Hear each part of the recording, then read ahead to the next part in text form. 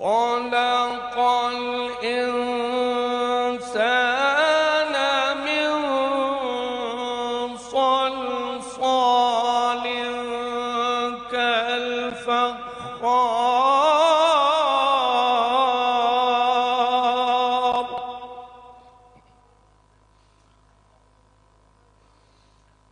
व खलक़ल जान्न मिन मारिजिम मिन नार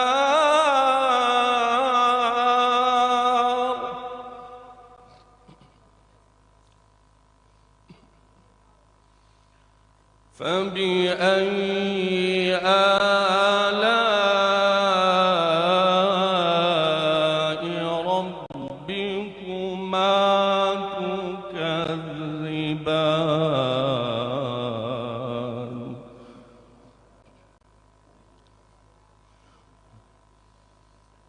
रब्बुल मशरिक़ैनि व रब्बुल मग़रिबैन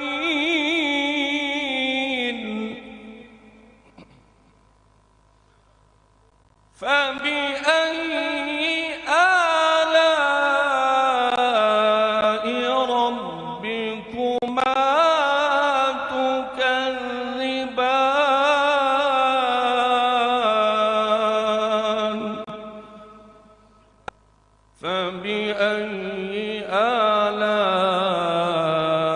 रब्बिकुमा तुकज़्ज़िबान सदक़ल्लाहुल अज़ीम व सदक़ रसूलुहुन नबियुल अमीनुल करीम।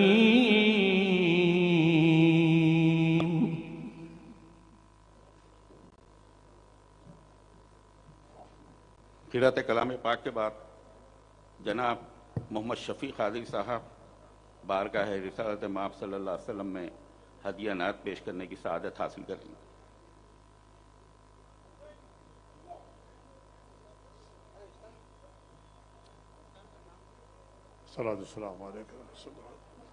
अस्सलामु अलैकुम रहमतुल्लाहि व बरकातुहू।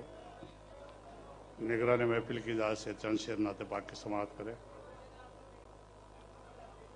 सरकार दो आलमों के रुख पर अनवार का आलम क्या होगा। सरकार दो आलमों के रुख पर अनवार का आलम क्या होगा। जब जुल्फ का जिक्र है कुरान में रुखसार का आलम क्या होगा। जब जुल्फ का जिक्र है कुरान में जब उनके गदा भर देते हैं शाहाने ज़माना की झोली।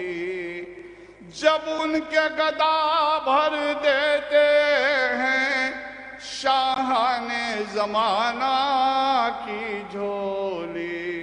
मोहताज का जब ये आलम है जी मोहताज का जब ये आलम है मुख्तार का आलम क्या होगा। मोहताज का जब ये आलम है महबूब खुदा के जलवों से ईमान की आंखें रोशन है। महबूब खुदा के जलवों से ईमान की आंखें रोशन है। बेदेखे ही जब ये आलम है जी बेदेखे ही जब ये आलम है, दीदार का आलम क्या होगा। बेदेखे ही जब ये आलम है, जब उनके गुलामों के दर पर झुकते हैं सलातीन आलम, फिर कोई बताए आका के दरबार का आलम क्या होगा। मक्ते का शेर। महबूब खुदा के जलवों से ईमान की आंखें रोशन है। महबूब खुदा के जलवों से ईमान की आंखें रोशन है। बेदेखे ही जब ये आलम है, दीदार का आलम क्या होगा। मोहताज की जब ये हालत है, मुख्तार का आलम क्या होगा। मक्ते का शेर। तैबा से हवाएं आती हैं, बेकल को सुकून मिल जाता है। तैबा से हवाएं आती हैं, बेकल को सुकून मिल जाता है। इस पार का जब ये आलम है, इस पार का जब ये आलम है, उस पार का आलम क्या होगा। सरकार दो आलमों के रुख पर।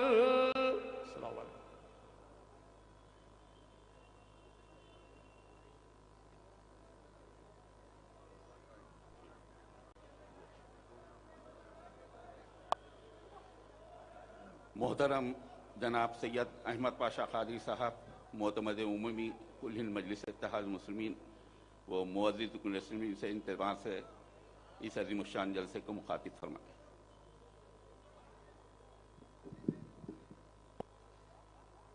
औज़ु बिल्लाहि मिनश शैतानिर रजीम, बिस्मिल्लाहिर रहमानिर रहीम। निगरान जलसा मोहतरम नक़ीब मिल्लत अलहाज बैरिस्टर असदुद्दीन ओवैसी साहब, सदर कुल मजलिस इत्तेहादुल मुस्लिमीन और रुकन पार्लियामेंट, हबीब मिल्लत आली जनाब अलहाज अकबरुद्दीन ओवैसी साहब, कायद मुकन्नना मजलिस पार्टी, अराकीन असम्बली कौंसिल, कारपोरेटर, साबिक़ कारपोरेटर, सुदूर मोतमदीन, मुहिबान मजलिस, हाज़रीन किराम। मैं सबसे पहले अल्लाह ताला का शुक्र अदा करता हूँ कि परवरदिगार ने हमको अय्या मजलिस के 65वीं साल पहुँचा दिया। इस साल में हम जश्न तासीस के जलसे में मौजूद हैं।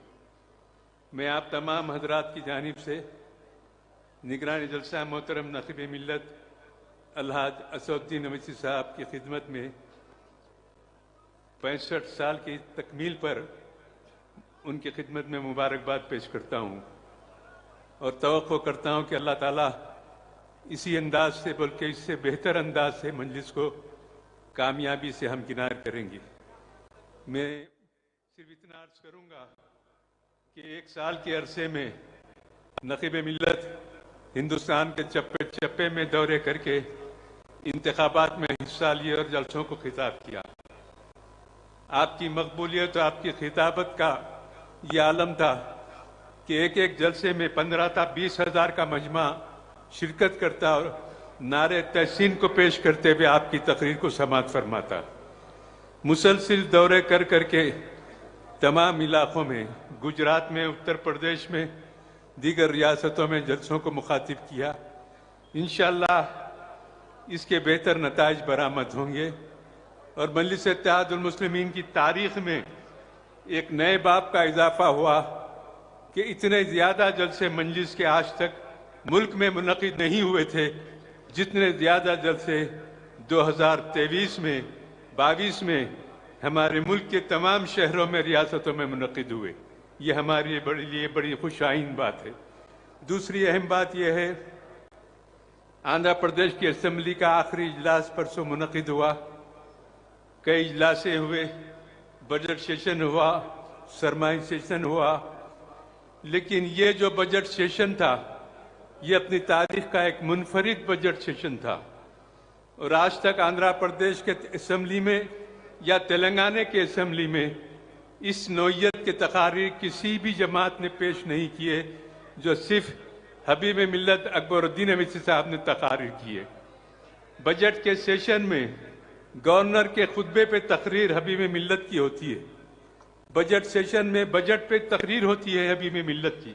बजट के जो डिमांड्स होते हैं 3 दिन तक, तमाम डिमांड्स पर कायदे मुकन्नना एक डेढ़ घंटे की तकरीर किए हैं और तमाम मसाइल का अहाता करके हुकूमत को झिझोड़ के रख दिया कि ये मसाइल हल तलब हैं। और आखिर में अप्रोप्रिएशन बिल के ऊपर भी हबीब मिल्लत ने खिताब फरमाया। ये एक तारीखी सेशन था। आज तक कोई जमात, कांग्रेस, तेलुगु देशम, TRS, बीजेपी, किसी जमात ने इतनी तफसील से बजट सेशन में डिमांड्स पे तकरीर नहीं की जो सिर्फ मजलिस इत्तेहादुल मुस्लिमीन के कायद हबीब मिल्लत अकबरुद्दीन अवैसी साहब ने तकरीर करके एक रिकॉर्ड कायम किया तेलंगाना की असेंबली में। 5 तकारीर बजट सेशन में 5 तकारीर हबीब मिल्लत ने किए और एक तकारीर डेढ़ पौने 2 घंटे की तकारीर होती। और हुकूमत ने एतराफ़ किया इनकी नॉलेज पर, इनके मालूमात पर, और कहा कि अकबर साहब आपने जिन मसाइल को उठाया है आज तो कोई जमात उस मसाइल को पेश नहीं करी। यह भी एक बड़ी खुशाइन बात है। मैं आपकी तरफ से हबीब मिल्लत अकबरुद्दीन अवैसी साहब की खिदमत में हदिया तशक्कुर पेश करता हूँ। मेरी दुआ है कि अल्लाह उनको सेहत और सलामती के साथ रखे और अल्लाह ताला जमात को तरक्की दे। नकीब मिल्लत, हबीब मिल्लत और तमाम की सेहत और सलामती के लिए अल्लाह उनकी हिफाजत करे। मजलिस की कामयाब मुस्तकबिल में कामयाबी के लिए मेरी दुआ है अल्लाह ताला के बारगाह में कि अल्लाह हमेशा मजलिस को कामयाबी से हमकिनार करे। लाखों हजारों तूफान, लाख बरख गिरे, लेकिन ये फूल खिल के रहेंगे जो खिलने वाले हैं। शुक्रिया। खुदा हाफिज।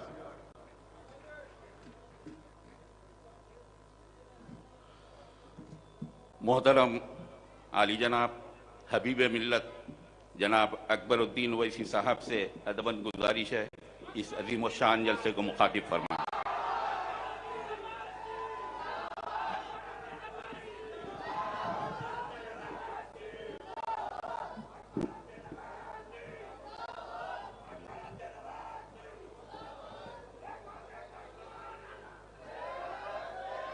औज़ु बिल्लाहि मिनश शैतानिर रजीम। बिस्मिल्लाहिर्रहमानिर्रहीम। सैनशीन पर तशरीफ फरमा सदर कुल हिंद मजलिस इत्तेहादुल मुस्लिमीन अलहाज असदुद्दीन ओवैसी साहब बैरिस्टर,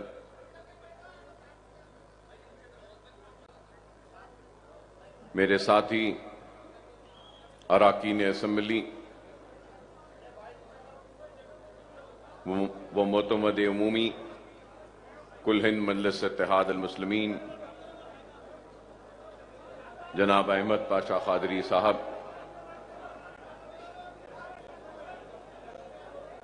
मजलिस इत्तेहादुल मुस्लिमीन के सुदूर व मोतमदीन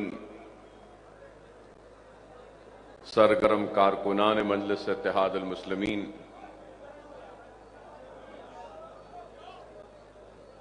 और घरों में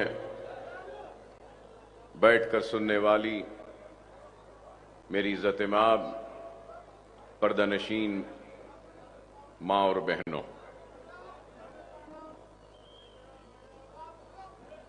मैं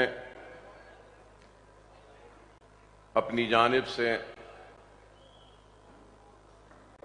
मोहतरम नकीब मिल्लत सदर कुल हिंद मजलिस इत्तेहादुल मुस्लिमीन व मुअज़्ज़ज़ रुकन पार्लियामेंट अलहाज असदुद्दीन ओवैसी साहब को मजलिस इत्तेहादुल मुस्लिमीन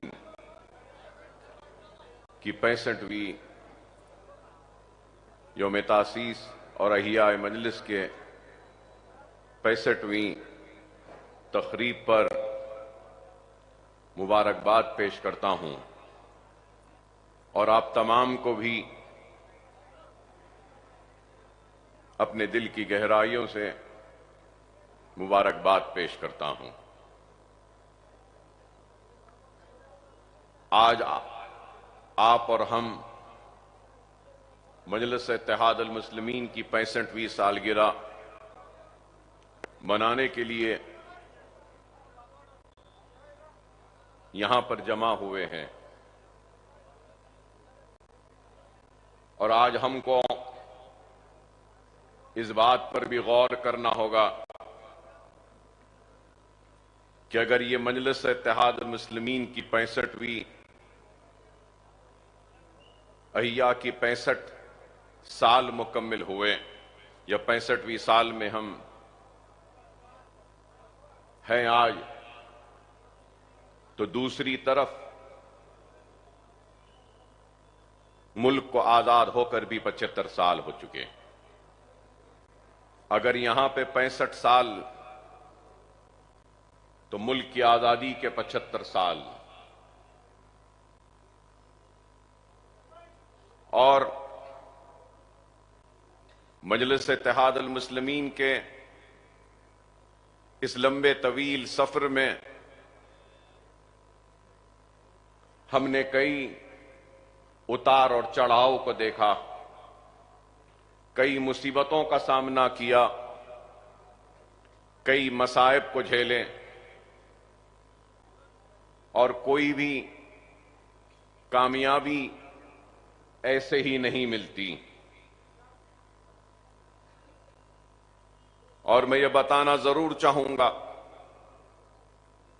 कि मजलिस की सियासत और दूसरी जमातों की सियासत में काफी इम्तियाज व फर्क है।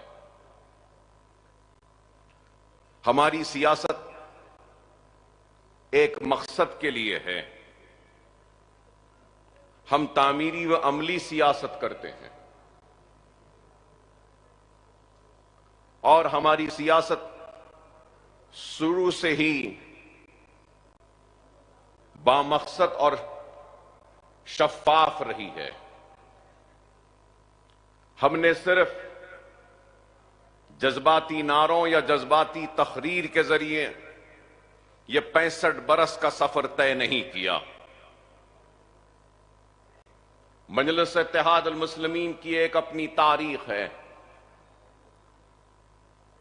जब हमारे महलात वीरान हो चुके थे, हमारी लहलाती हुई खेतियां उजड़ चुकी थीं, हमारे जागीरें लुट चुकी थीं, हमारा मनसब लुट चुका था, तख्त व ताज अजायब घर की जीनत बन चुके थे, महलात वीरान हो चुके थे,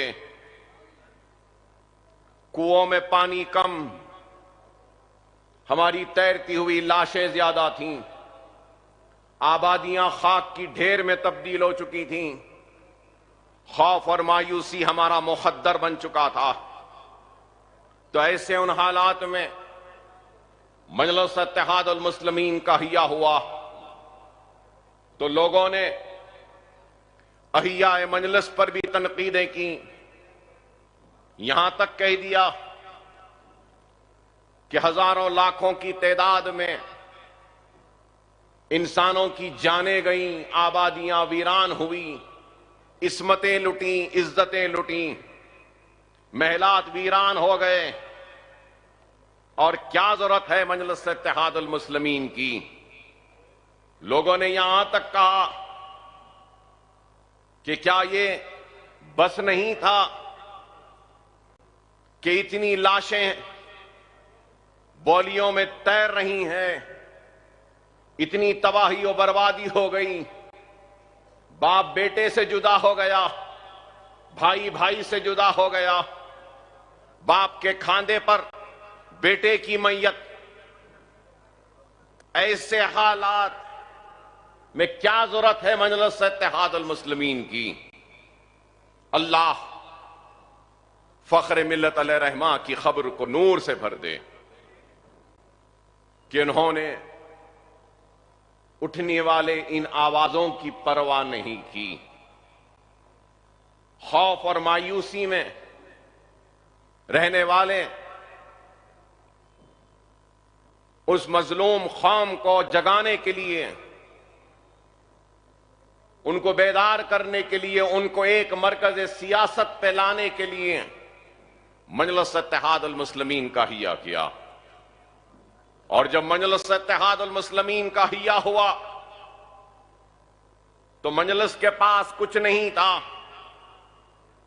मजलिस के पास उसका खुद का दफ्तर भी नहीं था।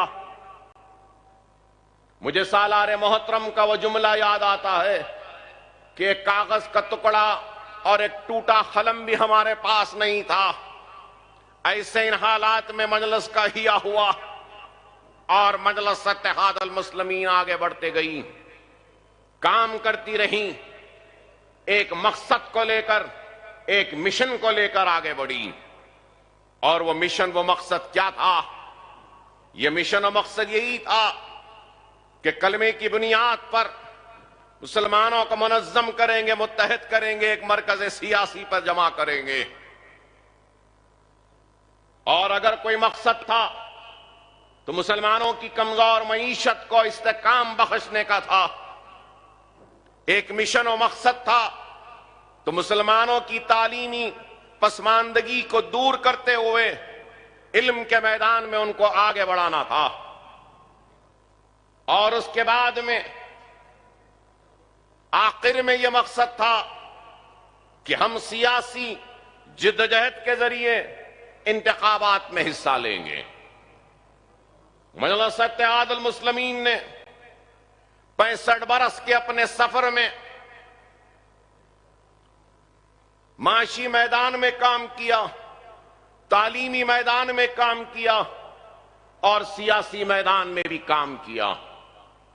अपने दरवाजों को हर मजलूम के लिए खोला रखा।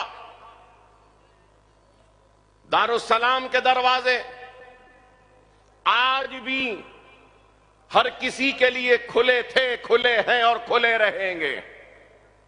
बिला लिहाज मजहब हर फरियादी अपने फरियाद को लेकर आ सकता है दारुस्सलाम में, चाहे वो मुसलमान हो, चाहे वो गैर मुस्लिम हो, चाहे वो हिंदू हो, चाहे वो सिख हो या ईसाई हो, चाहे वो ब्राह्मण हो, चाहे वो दलित हो, चाहे वो एसटी हो, चाहे वो बीसी हो, कोई भी हो, अल्लाह को मानने वाले के लिए भी दरवाजे खुले हैं, तो भगवान को मानने वाले के लिए भी दरवाजे खुले हैं, तो गॉड को मानने वाले के लिए भी दरवाजे खुले हैं। तो अगर कोई अल्लाह भगवान गॉड को नहीं मानता है तो उसके लिए भी हमारे दरवाजे खुले हैं। हम हर फरियादी, हर मजलूम की आवाज को सुनते हैं और उस मजलूम की फरियाद को न सिर्फ सुनते हैं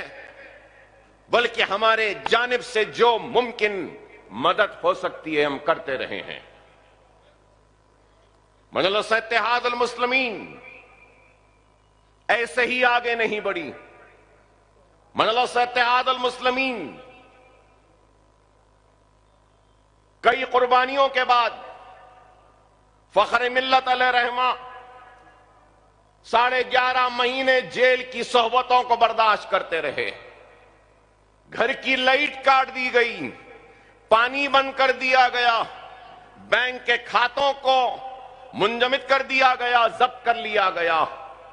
ऐसे इन हालात में हमने जिद्दोजहद की और आगे बढ़ते गए।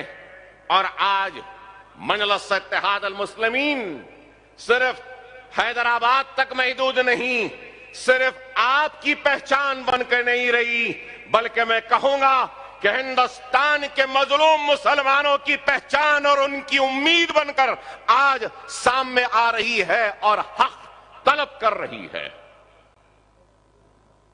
मजलिस के पास कुछ नहीं था।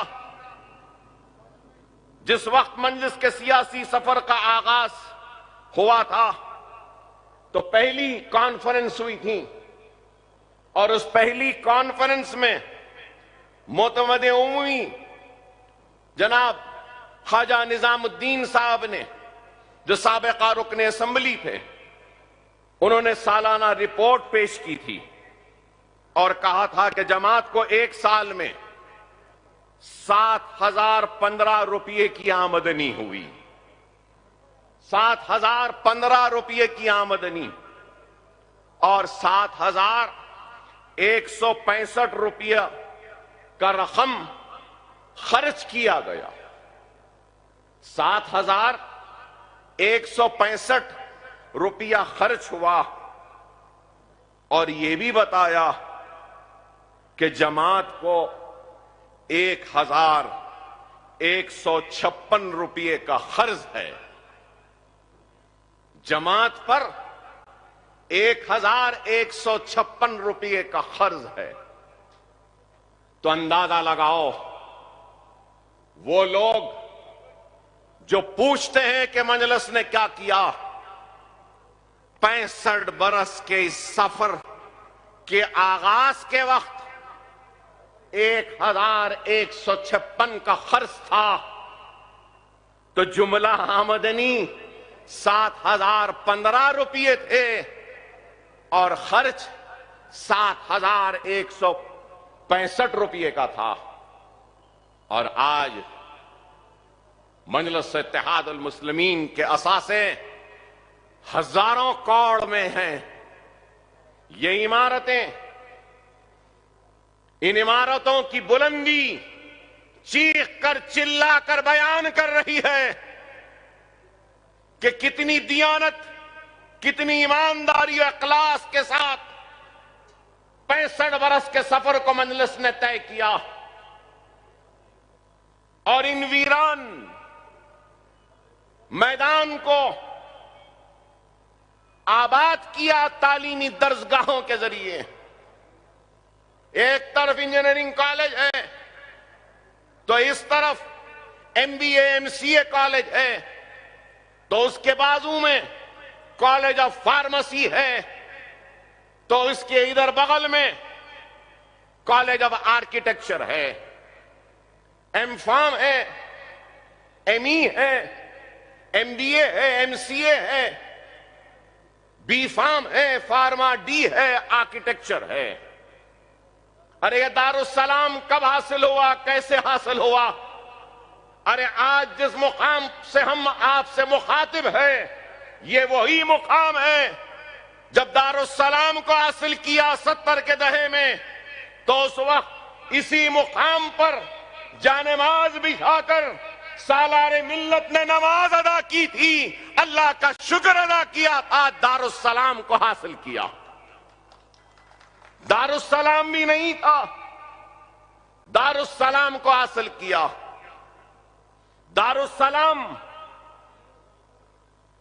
की कानूनी जिद्दोजहद की भी एक तारीख है। दारुस्सलाम यूं ही नहीं मिला,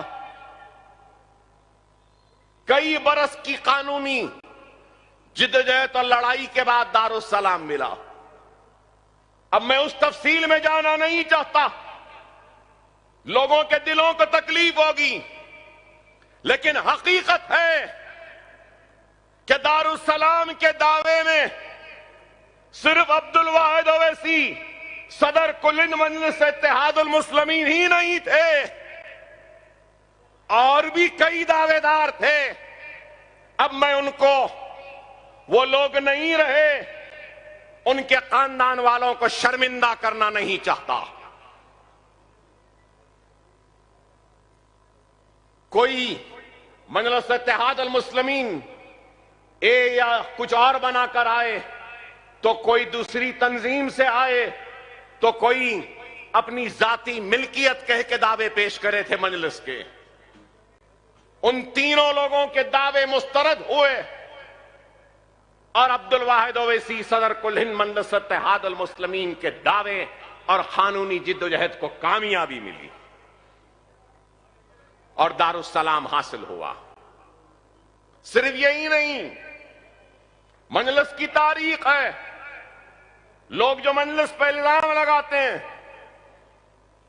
तख्त और ताज के लुटने के बाद महलात के वीरान होने के बाद, जागीर और मनसब के लुटने के बाद, सुबह का सूरज निकला, रक्षे और बंडियां ढकेलने पे मजबूर होने वाली उस कौम ने जब हैदराबाद की बल्दिया पर कब्जा किया तो एक दलित को, एक पसमानदा तबके से ताल्लुक रखने वाले को हैदराबाद का मेयर बनाकर बताया कि हमारा तख्त गया, ताज गया, हम नहीं बैठे, हमारे दलित भाई को बिठाए। ये हमारी मंजिल की निशानी है। नहीं तो हम कह सकते थे कि हमारा तो सब कुछ लुटा, अब आज हमको मौका आया तो हम क्यों ना बैठे। लेकिन हमने एक दलित को, पसमानदा तबके से ताल्लुक रखने वाले आलमपल्ली पोचैया को मेयर बनाया। यह मजलिस की हिकमत थी। यह मजलिस काम करती गई और जब सियासी इनकलाब आया, सियासी मौके आए, तो मजलिस इत्तेहाद अल मुस्लिमीन ने दक्कन मेडिकल कॉलेज व इंजीनियरिंग कॉलेज के क़याम की इजाजत हासिल की।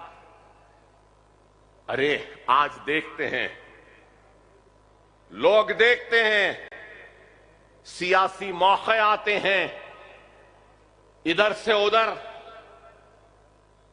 बड़े बड़े लीडर लुढ़कते हैं, एमएलए लुढ़कते हैं, तो कुछ पैसा ले लेते हैं और अपनी वफादारियों को तब्दील कर देते हैं। लेकिन मजलिस ने उस वक्त पैसा नहीं लिया या दौलत की बात नहीं की। जब मौका आया तो मजलिस इत्तेहाद अल मुस्लिमीन ने मेडिकल व इंजीनियरिंग कॉलेज हासिल किया।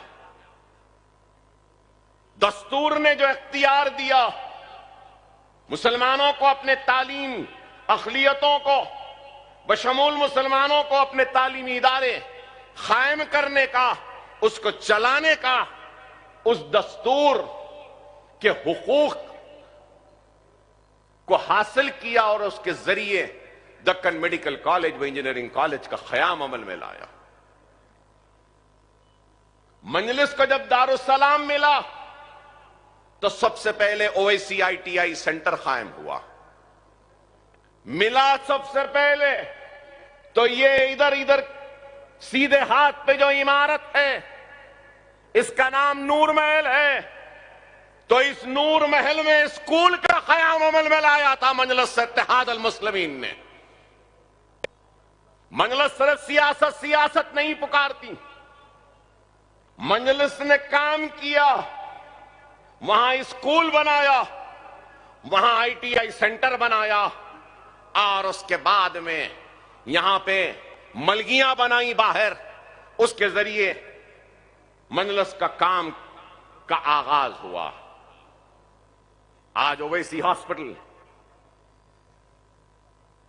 खुद बता रहा है, उसकी बुलंद इमारत बता रही है कि हमारे इरादे कितने बुलंद थे, हमारा अज़्म कितना बुलंद था, हमारा मकसद कितना बुलंद था। आंध्रा की तारीख हो या तेलंगाना की तारीख में क़याम दक्कन मेडिकल कॉलेज और क़याम दक्कन इंजीनियरिंग कॉलेज से पहले कितने मुसलमान डॉक्टर्स निकले थे, कितने मुसलमान इंजीनियर निकले थे। 1984 से पहले चंद 100 मुस्लिम डॉक्टर भी नहीं थे पूरे आंध्रा में, लेकिन आज दक्कन मेडिकल कॉलेज व इंजीनियरिंग कॉलेज एक साल में अपने क़याम के 40 साल मुकम्मिल कर लेगा और 40 साल में हजारों डॉक्टर आज दुनिया के हर कोने में हैं, मशहूर है, मारूफ है और तिब की दुनिया में अपना नाम कमा रहे हैं। क्या ये काम, ये कारनामा नहीं? हमारे दवाखाने किसी दवाखाने से कम नहीं, चाहे ओवैसी हॉस्पिटल हो या असरा हॉस्पिटल हो। नकीब मिल्लत बैरिस्टर असदुद्दीन ओवैसी साहब की क़यादत में असरा हॉस्पिटल 1200 बिस्तर तक पहुंच गया। क्या ये कामयाबी व कारनामा नहीं है? आज कम से कम कीमतों पे इलाज का इंतजाम है। 1000 से जायद दिन में 2000 के आउट पेशेंट होते हैं असरा दवाखाने में। ओवैसी हॉस्पिटल में 1500, करीब 3500 4000 की ओपी रहती है। इस माह 28 दिन का फरवरी का महीना 1052 इन पेशेंटों ने इलाज करवा के हॉस्पिटल से डिस्चार्ज लिया, तो सिर्फ असरा हॉस्पिटल से। ओवैसी हॉस्पिटल से 900 चिल्लर सिर्फ फरवरी के महीने में 900 इन पेशेंट इलाज करा के अपने घरों को गए। क्या किसी को अंदाजा है ये कितना बड़ा काम है? क्या कोई जानता है कि कितनी मुसीबत के साथ इन इदारों को चला रहे हैं? अरे जो जमात 156 रुपये के कर्ज में थी, आज वही जमात 4500 घरों को पाल रही है। हमारे इदारों में नौकरियां देकर करोड़ों रुपये की तनख्वाह महाना दी जाती है। Medical college, engineering college, MBA college, MCA college, pharmacy college, architecture college, Owaisi hospital, Wasra hospital से। किसी को अंदाजा नहीं होगा, 9.5 करोड़ रुपए की तनख्वाह महाना जाती है इन इदारों से। अरे ये काम है, ये काम किया, सिर्फ बातें नहीं की। एक तरफ हिंदुस्तान की आजादी के अगर 75 साल हैं, तो दूसरी तरफ 65 साल है। लोग इसी से जायजा ले लें, इसी से जायजा ले ले कि 65 बरस में क्या हुआ, 75 बरस में क्या हुआ।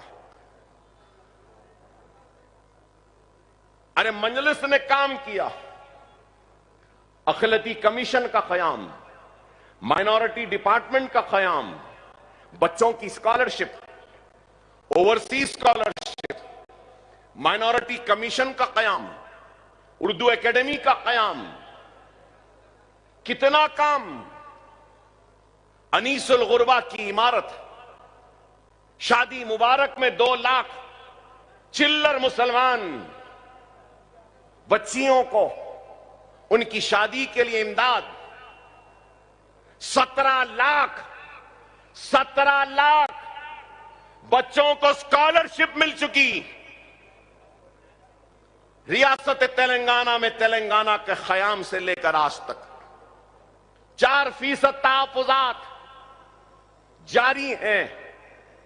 फिर पूछते हैं कि मजलिस ने क्या किया। अरे आपको सुनकर हैरत होगी कि इस असेंबली सेशन में मजलिस इत्तेहादुल मुस्लिमीन ने करीब 20,000 करोड़ के कामों की मंजूरी हासिल की पुराने शहर की तरक्की के लिए। यह मजलिस इत्तेहादुल मुस्लिमीन का कारनामा है।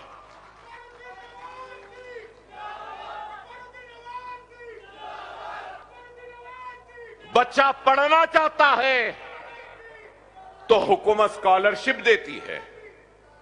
लोग कहते हैं कि मजलिस ने क्या किया। अरे मरकजी हुकूमत ने माइनॉरिटीज का बजट 40% कम कर दिया, लेकिन मजलिस की मौसर नुमाइंदगी और वजूद का नतीजा है, आपके इत्तेहाद की ताकत का नतीजा है कि तेलंगाना में अक़लियतों का बजट 2000 से ज़ायद क्रॉस कर चुका। क्या ये मजलिस की कारकर्दगी या कामयाबी नहीं? नए पुल पर ब्रिजेस की मंजूरी, मिरालम पे हैंगिंग ब्रिज की मंजूरी, सुरमचेरू गुरमचेरू बालापुर की तालाब, ओवैसी हॉस्पिटल के तालाब को मंजूरी, वहां पे काम, पुराने शहर की रोड वाइडनिंग, हाफिज बाबा नगर के सामने एक और फ्लाईओवर, महफिल होटल के पास एक और फ्लाईओवर, और फिर चंद्रायन गुट्टा से आगे बल्लागुड़े के पास एक और फ्लाईओवर, मेहदीपट्टनम रेती बौली से लेकर टोली चौकी तक एक और फ्लाईओवर, फतेह दरवाजे की रोड की वाइडनिंग, किशनबाग के पास की रोड की वाइडनिंग, चंद्रायन गुट्टे में कई रोड वाइडनिंग, चार मीनार में रोड वाइडनिंग, कारवान में रोड वाइडनिंग, चंद्रायन गुट्टे में 500 करोड़ के जरिए सीवरेज की रीमॉडलिंग की मंजूरी, 350 करोड़ कारवान में मंजूरी, मलकपेट में आईटी टावर की मंजूरी, स्टार्टअप्स का आगाज होगा, नौजवान बच्चे अपने स्टार्टअप्स के जरिए काम करेंगे, पुराने शहर में एक मरकज, आईटी सेंटर। अरे क्या क्या बयान करूं, जो सवाल करते हैं मजलिस ने क्या किया, मैं उनसे सवाल करता हूं कि तुमने क्या किया, तुमने क्या किया। अरे मेरे पास तो फेरिस्त है कि हमने क्या किया, मैं पूछना चाहता हूं कि तुमने क्या किया। पोस्ट ग्रेजुएट स्टडीज के अलावा सुपर स्पेशलिटी के स्टडीज भी आए हैं, रिसर्च हो रहा है हमारे पास, रिसर्च प्रोग्राम्स हैं, और अकबरुद्दीन ओवैसी अपनी जानिब से भी कुछ काम किया है कौम की तामीर के लिए।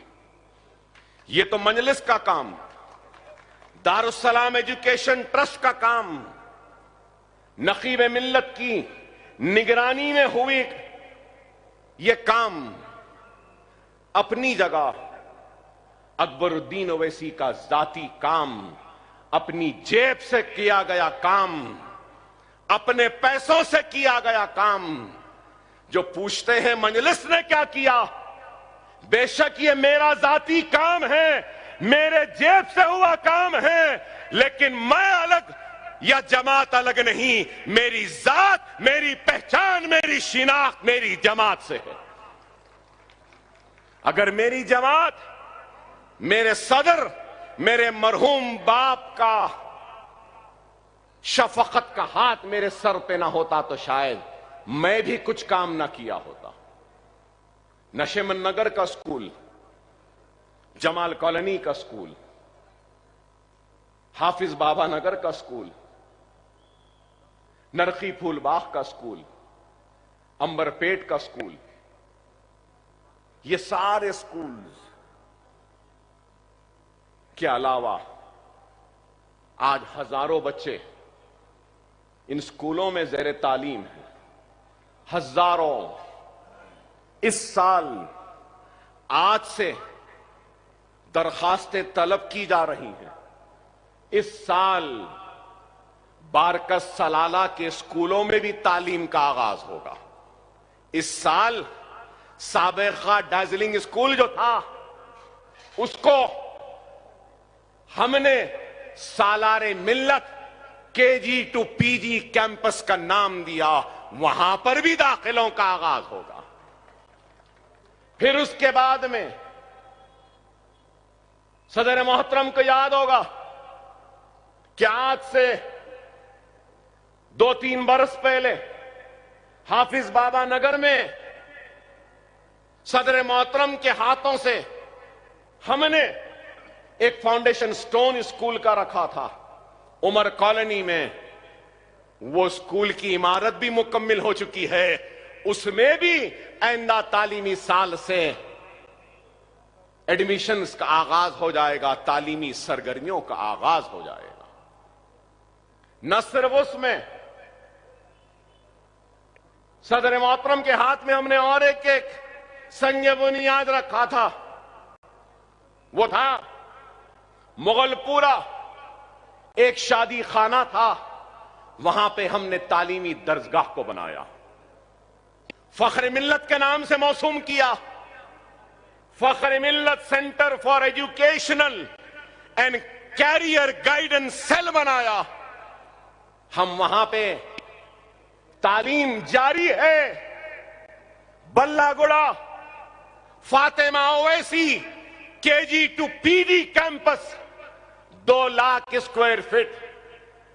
तालाब Mir Jumla Salare Millat KG to PG campus 1 lakh square feet. Salala का school 35,000 square feet. Baba Nagar Umar colony का school 36,000 square feet. Fakhr Millat centre for education and career guidance 70,000 square feet पर। अरे आज जो पूछते हैं मजलिस ने क्या किया, दारुस्सलाम एजुकेशनल ट्रस्ट का सिर्फ मेडिकल कॉलेज का जितना रकबा है वो 14.5 लाख स्क्वायर फीट का है। दारुस्सलाम में जो है ये 4 लाख स्क्वायर फीट का है। और अकबरुद्दीन ओवैसी ने अपनी जात से जो बनाया है उसमें भी आज करीब 9.5 लाख स्क्वायर फीट की तामीर मुकम्मल हो चुकी है। हमने ये काम किया। इस साल 3,000 दाखिले होंगे फख्र मिल्लत सेंटर में। 10th की कोचिंग हो रही है, इंटरमीडिएट की कोचिंग है, कंप्यूटर्स की कोचिंग है, इंटीरियर डिजाइन की ट्रेनिंग है, ओपन स्कूल से 10th लिखाने की कोचिंग, इंटरमीडिएट की ओपन स्कूल की ट्रेनिंग, डिग्री की training, computer courses, skill development program. हमने एक इंटरनेशनल यूनिवर्सिटी किंग्स यूनिवर्सिटी के इश्तिराक के साथ हम स्किल डेवलपमेंट का प्रोग्राम कर रहे हैं। पुराने शहर के बच्चों को हम स्किल डेवलप करेंगे, रिकॉग्नाइज्ड डिप्लोमा की डिग्री वो सर्टिफिकेट दे रहे हैं। यह हमारा काम है। सालारे मिल्लत कैंपस में बीएससी डिग्री का हम बीकॉम कंप्यूटर्स या फिर बीए नहीं कर रहे हैं। हम वहां उस कैंपस में BSc lab technology, BSc anaesthesia, BSc cardiology technician, BSc operation theatre, BSc radiography, BSc chemotherapy, BSc के कोर्सेज को मिला रहे हैं वहां पे। क्या काम है बताओ? ये इंटीरियर डिजाइनिंग का कोर्स, ये कोचिंग क्लासेस, इंजीनियरिंग कॉलेज के लेक्चरर्स से हम इस्तेफादा कर रहे हैं, मेडिकल कॉलेज के लेक्चरर्स से इस्तेफादा, अकाउंट्स बच्चों को सिखा रहे हैं, तो एमबीए के जो हमारे लेक्चरर्स हैं उनसे इस्तेफादा। फिर हम फार्मास्यूटिकल्स की ट्रेनिंग भी दे रहे हैं।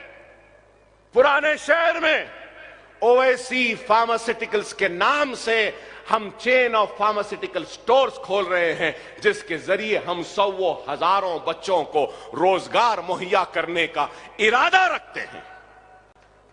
यह हमारा काम। छोटे छोटे वैनों और ऑटोस के जरिए हम बच्चों को रोजगार देने का मंसूबा रखते हैं, इरादा रखते हैं। एक इलेक्ट्रॉनिक ऑटो ले रहे हैं, एक पायलट बेसिस पे हम प्रोग्राम करने जा रहे हैं, जहां पे हम हैदराबादी हलीम, हैदराबादी बिरयानी, हैदराबादी लुकमी, हैदराबादी कबाब, हैदराबादी मिर्ची का सालन, हैदराबादी बैगन का सालन, ये पूरे ऐसे छोटे छोटे स्टॉल्स में हमारे बेरोजगार बच्चों को हम ओवैसी हॉस्पिटल के किचन में बना कर देंगे, उनको रोजगार पे लगाएंगे, उनको कमाने का जरिया बनाएंगे। यह हमारा काम है, यह हमारा मंसूबा है, यह हमारा इरादा है। मैं पूछना चाहता हूं, हम पे तनकीद करने वालों, क्या तुमने कुछ किया? इतने स्कूलों में आपको सुन के हैरत होगी, 650 टीचर्स आज हैं, 650 टीचर्स हैं। अरे आप बताओ, 4,500 मुलाजिमीन सिर्फ मेडिकल कॉलेज दवाखानों में हैं, इंजीनियरिंग कॉलेज में। अरे आज हम काम कर रहे हैं।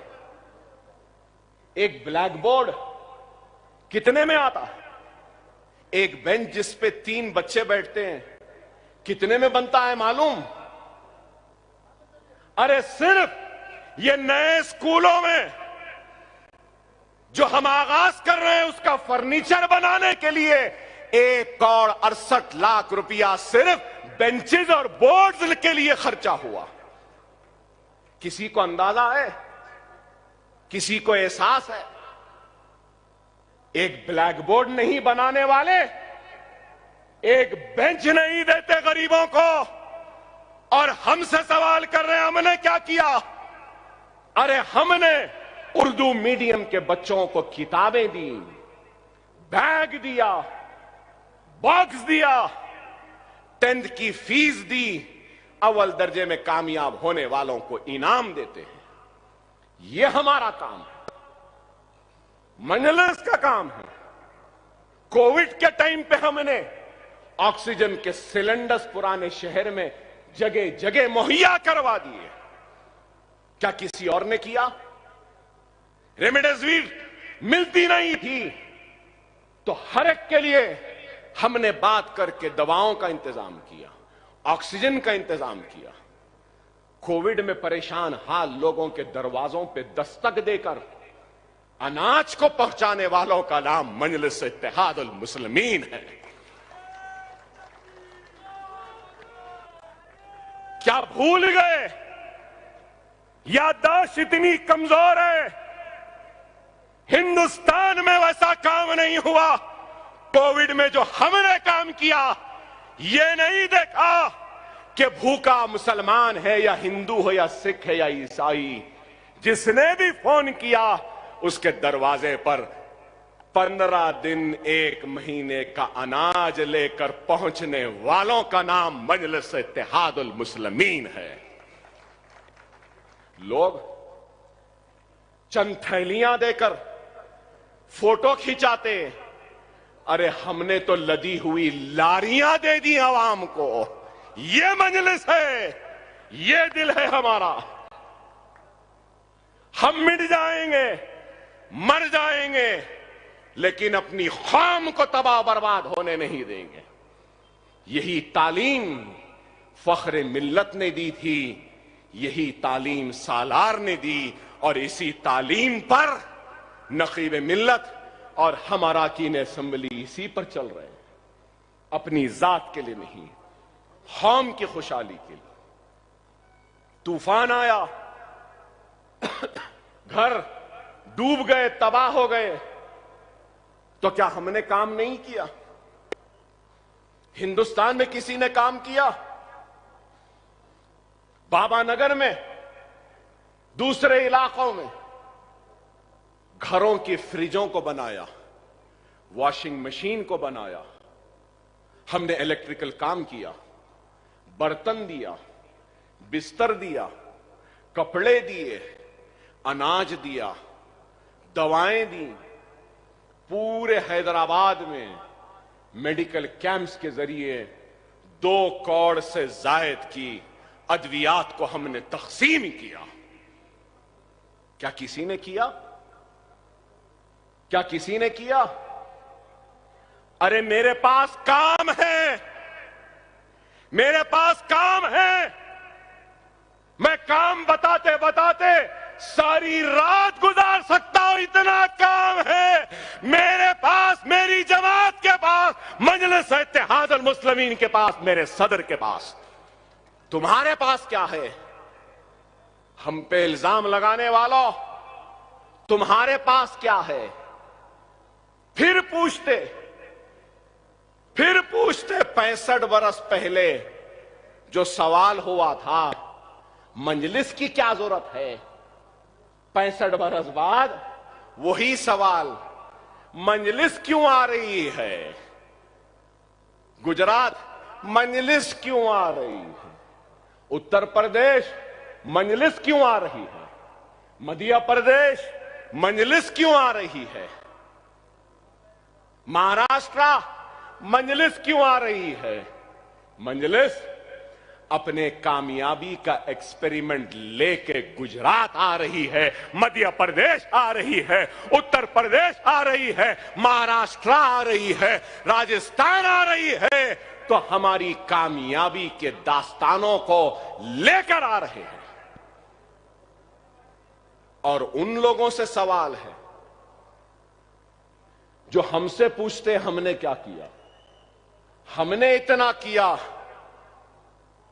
उत्तर प्रदेश के मासूम नादान मुसलमान मेरे भाई, मैं तुमसे पूछना चाहता हूं, 75 बरस में तुमको क्या मिला? हिंदुस्तान की तारीख में 75 बरस में कांग्रेस भी थी, 75 बरस में जनता भी थी, 75 बरस में जनता दल भी थी, 75 बरस में नेशनल फ्रंट भी थी, 75 बरस में समाजवादी भी थी, 75 बरस में बहुजन समाज भी थी, 75 बरस में कांग्रेस भी थी, 75 बरस में एनसीपी भी थी, कई जमातें थी। तो सवाल यह है, 75 बरस की आजादी के बावजूद भी सबसे पीछे, सबसे पिछड़ा हुआ, सबसे आखिर में मुसलमान क्यों है? इस सवाल का जवाब दो ना। अरे इस सवाल का जवाब दो।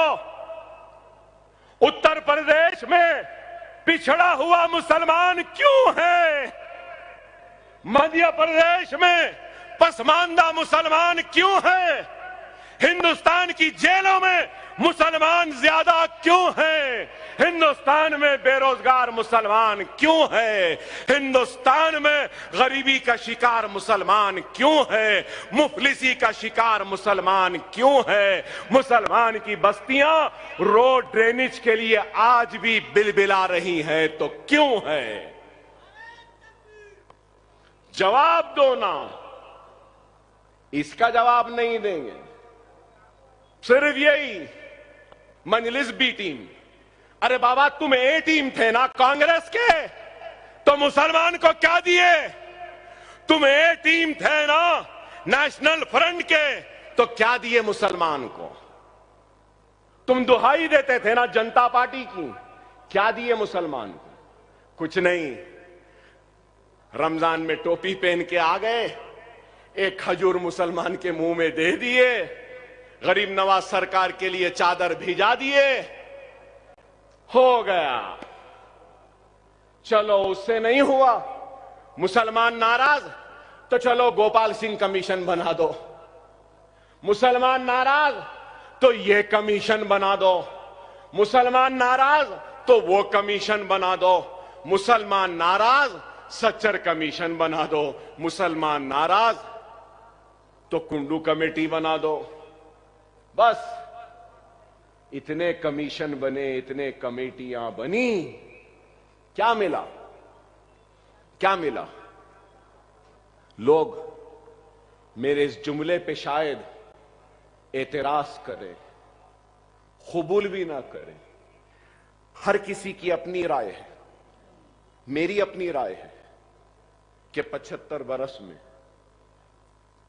हर किसी ने हमारा इस्तेमाल किया, इस्तेहसाल किया, हमको वोट बैंक की तरह ट्रीट किया, खजूर खिला के खुश किया, टोपी पहन के हमारे सामने आके खुश किया, या चादर भेज के खुश किया। 75 बरस में हम तबाह होते रहे, बर्बाद होते रहे, लुटते रहे। क्या कांग्रेस की दौर में मलियाबाद का फिसाद नहीं हुआ?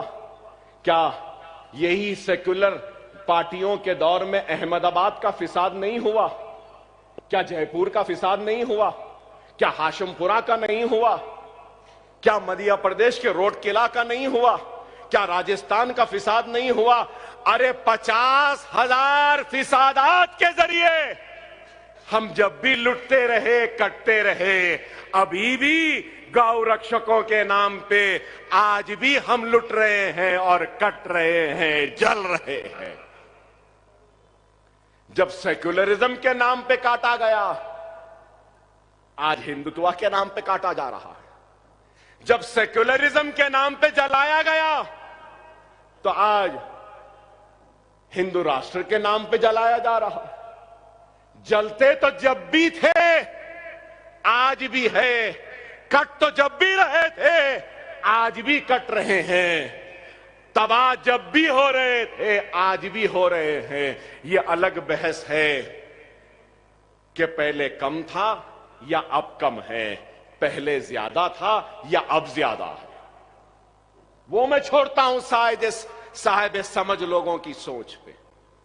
क्या सेक्युलरिज्म की बात करने वालों का क्या ये अखलाकी, आईनी, दस्तूरी जिम्मेदारी नहीं थी कि उनके घरों की हिफाजत करें, उनके सुहागों की हिफाजत करें, उनकी आबादियों की हिफाजत करें, उनको तरक्की का हिस्सा बनाएं, उनको रोजी दें, उनको रोटी दें, उनको खुशहाली दें।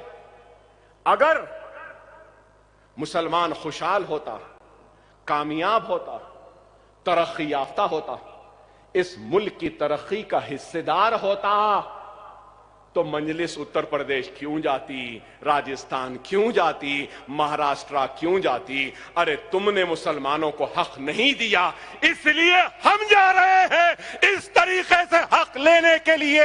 अगर नहीं देता तो हम अपनी सियासी जिद्दोजहद के जरिए ये कामयाबियां जो हमने तेलंगाना में हासिल की, वो कामयाबियों को हासिल करने के लिए जा रहे हैं।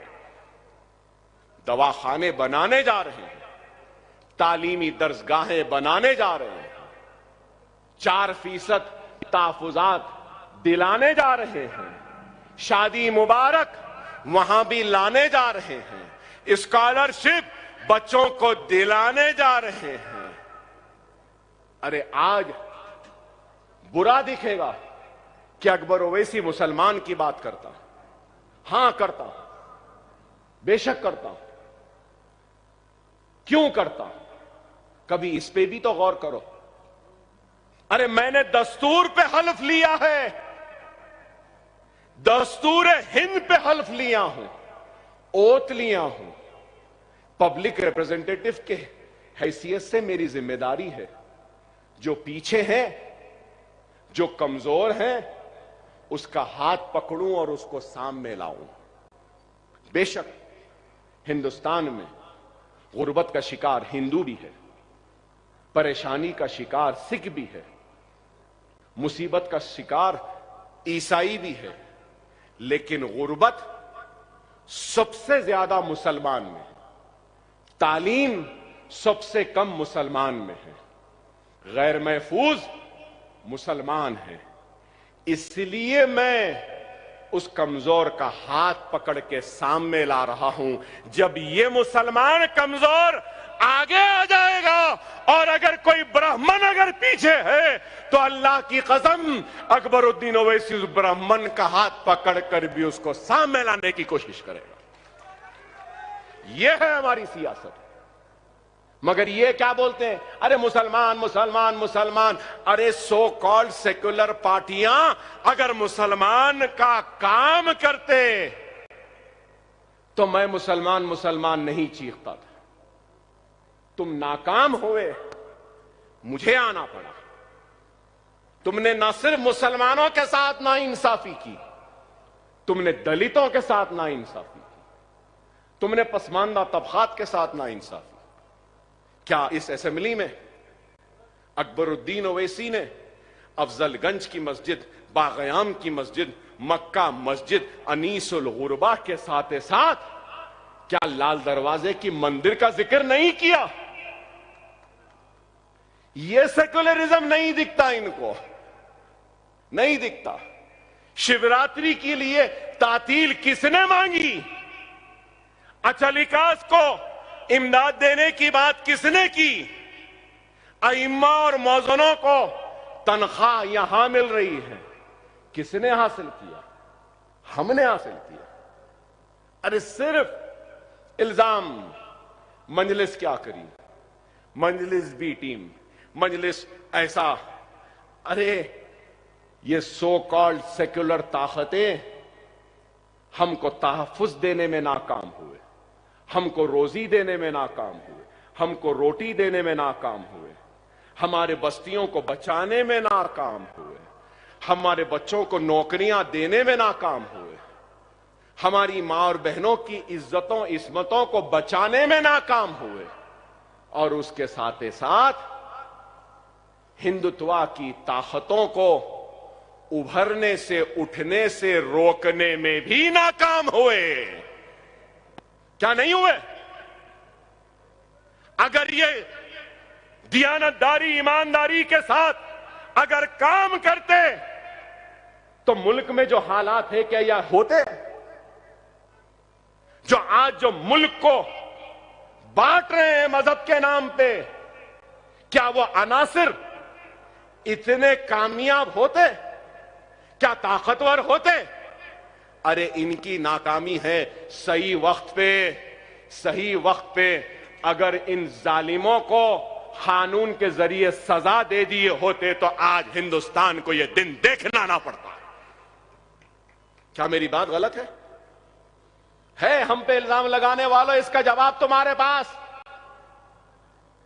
अरे तुम एहसान जाफरी को इंसाफ देने में भी नाकाम हुए तो तुम उस एहसान जाफरी के खातिलों को आगे बढ़ने से रोकने में भी नाकाम हुए। हमको तो तुमने कुछ नहीं दिया, इस मुल्क को क्या दिया? महंगाई, बेरोजगारी क्या है? गैस और महंगी हो चुकी, पेट्रोल और महंगा, डॉलर और बढ़ रहा है, सरहदें गैर महफूज है। लेकिन इलेक्शन से पहले बनने वाला चौकीदार अपनी चौकीदारी की टोपी सीटी निकाल के गद्दी पे बैठा है, देख ही नहीं रहा है।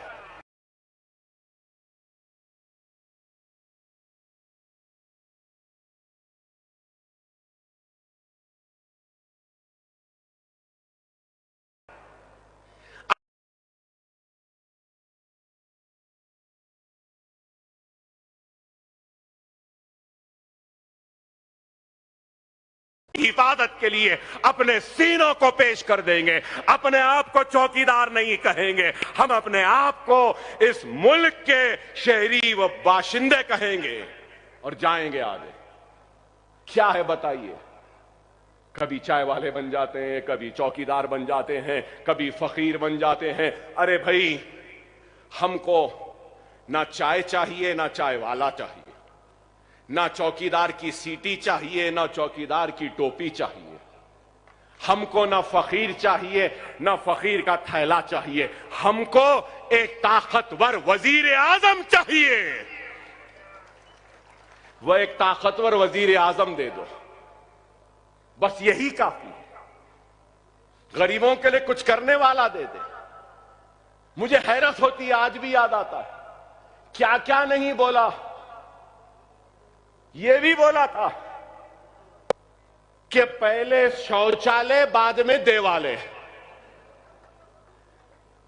ऐ हिंदुत्व के ताकतवर पहलवानों, गांव रक्षकों, तुम्हारे घर के शौचालय बना दिया चौकीदार या नहीं बनाया? मेरा सवाल है। बन गए? ना ही शौचालय बने ना ही कुछ बना, सिर्फ बातें। कोई बेघर नहीं रहेगा 2022 तक। मिल गए? 15 लाख आ जाएंगे, आ गए। ट्रिलियन इकॉनमी हो जाएगी, इतनी ट्रिलियन उतनी ट्रिलियन हो गई। कुछ नहीं हुई, सिर्फ बातें, सिर्फ बातें। मैं पहले भी कहता था बेहतरीन अदाकार है, बेहतरीन अदाकार है। वही अदाकारी, वही दिखावा। और क्या मिला? मैं बताओ, मुझे बताओ क्या मिला? 10 बरस में खुशहाली मिली, 10 बरस में तरक्की मिली, 10 बरस में शौचालय मिले, 10 बरस में घर मिला, 10 बरस में गैस मिला। अरे कुछ भी नहीं मिला। कोविड में मरने वालों की लाशें गंगा में तैर रही थीं, जलाने के लिए लकड़ियां भी नहीं थी। ऐसा चौकीदार मिला हमको।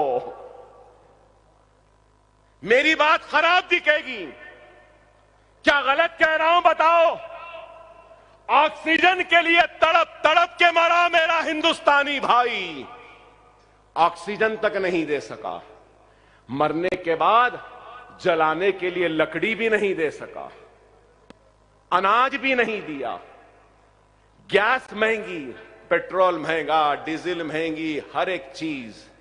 बहरहाल बहुत सी बातें हैं, बहुत सी बातें हैं। इंशाअल्लाह फिर कभी मुलाकात होगी तो जरूर कहूंगा, लेकिन आपसे यही कहूंगा कि वक्त और हालात की नजाकत को समझो। देखो ये मुल्क कहां जा रहा है। आज हमारी जिम्मेदारी क्या है? जरूरी नहीं है, जरूरी नहीं है कि आज गए और आज ही कामयाबी मिल जाए। फख्र मिल्लत ने काम शुरू किया था, सालार ने जारी रखा, और आज हम नकीब मिल्लत की क़यादत में, सदारत में, वो बीज जो फख्र मिल्लत ने बोया था, उस बीज को फलदार दरख्त बनाया तो सालार ने, और आज हम उसके फल खा रहे हैं। आज नकीब मिल्लत जो बीज बो रहे हैं, नकीब मिल्लत जिंदा नहीं रहेंगे, हम जिंदा नहीं रहेंगे, लेकिन हमारी आने वाली नस्ल उस बीज के उभरे हुए उस फलदार दरख्त के फल जरूर खाएंगे। हम जिंदा नहीं रहे तो कोई बात नहीं, काम तो करना है ना, किसी ना किसी को तो करना है ना। 65 साल पहले कांटों भरा ताज फख्र मिल्लत ने पहना था, तो आज वो कांटों भरा ताज मुसलमानों की क़यादत को बनाने का जो पहना है, तो वो मर्द मुजाहिद नकीब मिल्लत बैरिस्टर असदुद्दीन ओवैसी है।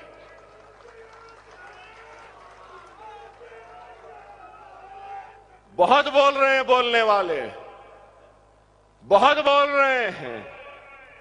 बोलो, तुम जितना बोलते बोलो, हमको परवाह नहीं। हमारी जूती की नोक पे है तुम्हारी पुकार, इस वास्ते कि हमारे पास काम है, हम काम कर रहे हैं। हमको चोर बोले, हमको बेईमान बोले, हमको सौदेबाज बोले, हमको बी टीम बोल रहे हैं, कोई नई बात नहीं है। मगर याद रखो, दियानतदार, दियानतदार, ईमानदार बाप का बेटा है असदुद्दीन ओवैसी। इसकी ईमानदारी की गवाही मैं देता हूं, हम सब हैदराबाद देते हैं। हमारा सदर दियानतदार, ईमानदार है। अगर कोई कीचड़ उछालेगा तो खबरदार, हमारी बर्दाश्त को तुम और इम्तिहान न लो, हमारी बर्दाश्त का इम्तिहान न लो। वो तो उनकी हिकमत है कि अकबर ओवैसी खामोश है, नहीं तो खुदा की कसम क्या कर सकता हूं ये दुनिया जानती है, और मंजलिस क्या कर सकती है ये सब जानते हैं। यहां बैठे लोग क्या कर सकते हैं ये भी तुमको बता देंगे वक्त आने पर। खबरदार, खबरदार, हम ईमानदारी के साथ, दियानतदारी के साथ काम कर रहे हैं। हमारी मुसलसिल कामयाबी इस बात की गवाह है कि अल्लाह हमसे नाराज है। तुम्हारी मुसलसिल नाकामी इस बात की गवाही के है कि अल्लाह तुमसे राजी नहीं।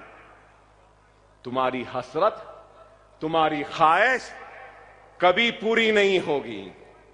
अकबरुद्दीन ओवैसी रहे या ना रहे,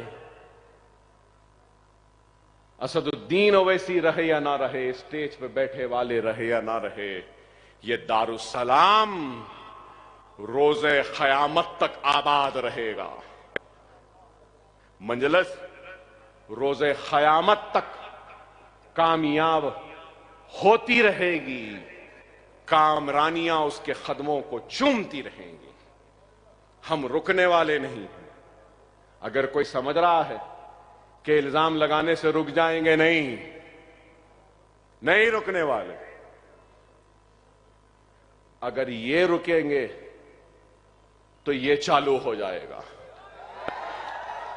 अगर मैं रुका हूं तो ये चालू हो जाएंगे। बोलते ना वो एक्स्ट्रा चार्ज, हां वो चार्ज अभी है बाकी। जब हुक्म होगा तो फिर ये सिपाही भी निकल पड़ेगा, और जब निकल पड़ेगा तो क्या होगा ये सब जानते हैं। हम सही वक्त पे सही फैसला करने वालों में से हैं। हम अपनी पसंद के मुकाम पे अपनी पसंद के वक्त पे लड़ते हैं। हम तुम्हारी पसंद के मुकाम पे या तुम्हारे वक्त पे नहीं लड़ेंगे। हम हैं तैयार, लश्कर तैयार है, फौज तैयार है, सिर्फ सिपह सालार के हुक्म के इंतजार में है। इंशाअल्लाह मजलिस इत्तेहादुल मुस्लिमीन यूपी फतेह करेगी, गुजरात फतेह करेगी, मध्य प्रदेश फतेह करेगी, राजस्थान फतेह करेगी। आज नहीं करी तो कल करेगी। मजलिस आगे बढ़ रही है, बढ़ते रहेगी। नकीब मिल्लत आप आगे बढ़िए, हम आपके साथ हैं, हमारी दुआएं आपके साथ हैं, हमारी हिम्मत आपके साथ है, हमारा जज्बा आपके साथ है। वाखिरु दावाना अल्हम्दुलिल्लाहि रब्बिल आलमीन।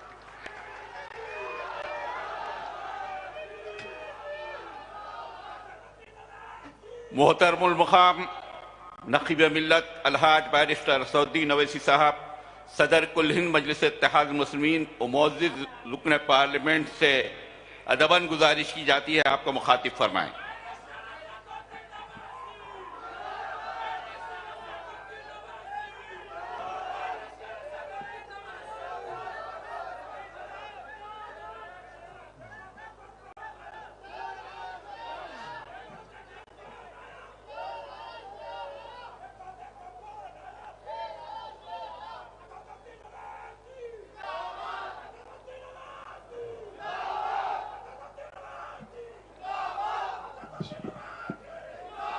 औज़ुबिल्लाहि मिनश्शैतानिर्रजीम बिस्मिल्लाहिर्रहमानिर्रहीम।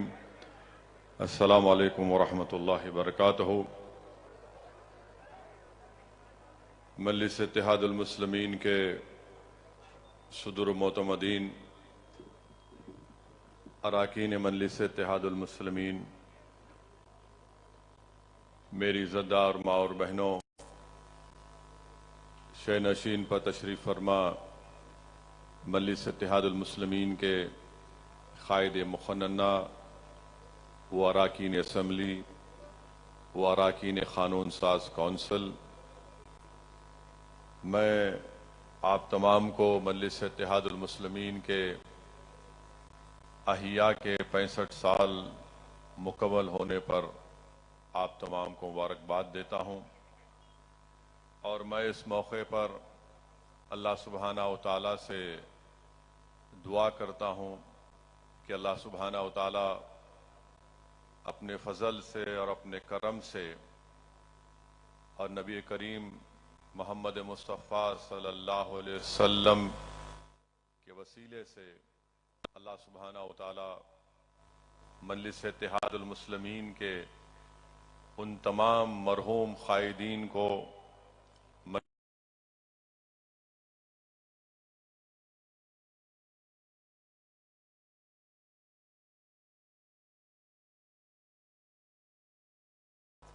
मजलिस इत्तेहादुल मुस्लिमीन के उन तमाम मरहूम वोटर्स को जिन्होंने अपनी ज़िंदगी में मजलिस इत्तेहादुल मुस्लिमीन की मजबूती के लिए कुर्बानियाँ पेश की। मैं अल्लाह से दुआ हूँ कि अल्लाह सुब्हानहू व तआला उन तमाम मरहूमीन की अल्लाह मग़फ़रत फरमाए और अल्लाह सुब्हानहू व तआला उनका नेक नामुल बदल हमको अता भी करे। अज़ीज़ान मिल्लत, मुअज़्ज़िज़ हाज़रीन इकराम, 65 साल का एक लंबा सफ़र अल्हम्दुलिल्लाह मजलिस इत्तेहादुल मुस्लिमीन ने मुकम्मल किया है। और अगर आप मजलिस इत्तेहादुल मुस्लिमीन की तारीख़ का मुताला करेंगे तो मजलिस इत्तेहादुल मुस्लिमीन ने अपने सियासी सफ़र को और सियासी सफ़र का आगाज़ किया और अभी भी जारी है। ये मेरा मानना है कि ईसार, जज्बात और एक फ़िक्र को लेकर हमारे बुजुर्गों ने इस सियासी सफ़र का आगाज़ किया और यही चीज़ें हैं कि लोग कहते हैं कि मजलिस जज्बात से काम लेती है। ये जज्बात ही थे जिन्होंने हमको 65 साल का सफ़र मुकम्मल करवाया। ये फ़िक्र ही थी जिसने इन तालीमी इदारों को और अस्पतालों को क़ायम किया। ये हमारी कुर्बानियाँ थीं कि हमने अपना सब कुछ लुटाया ताकि हमारी मरकज़ सियासी को हम ताकतवर बना कर रखें। तो मेरे अजीज़ दोस्तों और मजलिस इत्तेहादुल मुस्लिमीन के तमाम अरकान और सिपाहियों से मेरी अपील है कि हमको अपने जज्बात को जिंदा रखना है, ईसार को जारी रखना है और हमारी जो फिक्र है एक मजलूमों के लिए, उसको सामने रखकर हमको आने वाले मुस्तकबिल के चैलेंजेस का सामना करना पड़ेगा। मेरे अजीज दोस्तों और बुजुर्गों, आपने एक तफसीली तकरीर कायद मुखन्ना अकबरुद्दीन ओवैसी से सुना। उससे पहले मोहतरम अहमद पाशा कादरी साहब ने भी मुख्तसर तकरीर मगर उसमें बहुत अहम नुकात जनाब अहमद पाशा कादरी साहब ने उठाए हैं।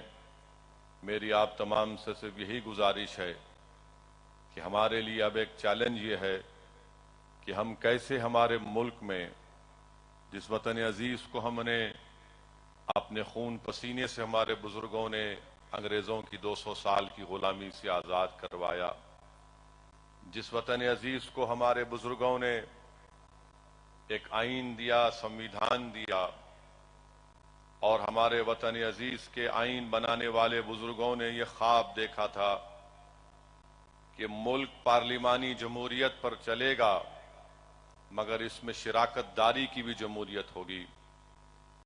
हमारे अजीम बुजुर्गों ने ख्वाब देखा था कि मुल्क एक ताकतवर मुल्क बनेगा और ताकत के माने हमारे बुजुर्गों ने सिर्फ ये नहीं कहा था कि कोई एक वजीर आजम बन जाए और वो पुकार पुकार कर कहे कि मेरा 56 इंच का सीना है।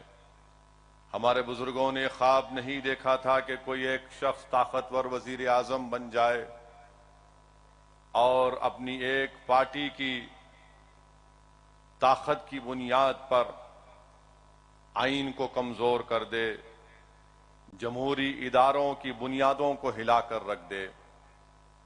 हमको इस बात को सामने रखकर काम करने की जरूरत है कि हम कैसे हमारे वतन अजीज की जमहूरियत को मजबूत बनाएं और मजलिस इत्तेहादुल मुस्लिमीन की 65 साला सियासी सफर का सबसे बड़ा अगर आप निचोड़ देखेंगे वो ये है कि हमने भारत की जमहूरियत को मजबूत किया है।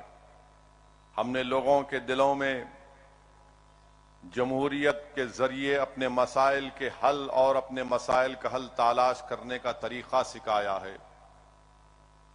हमने अवाम के दिलों में इस बात का पैगाम पहुंचाया है कि तशद्दुद से जमहूरियत कमजोर होती है, और इत्तेहाद से आपकी आवाज ऐवानों में पहुंचती है।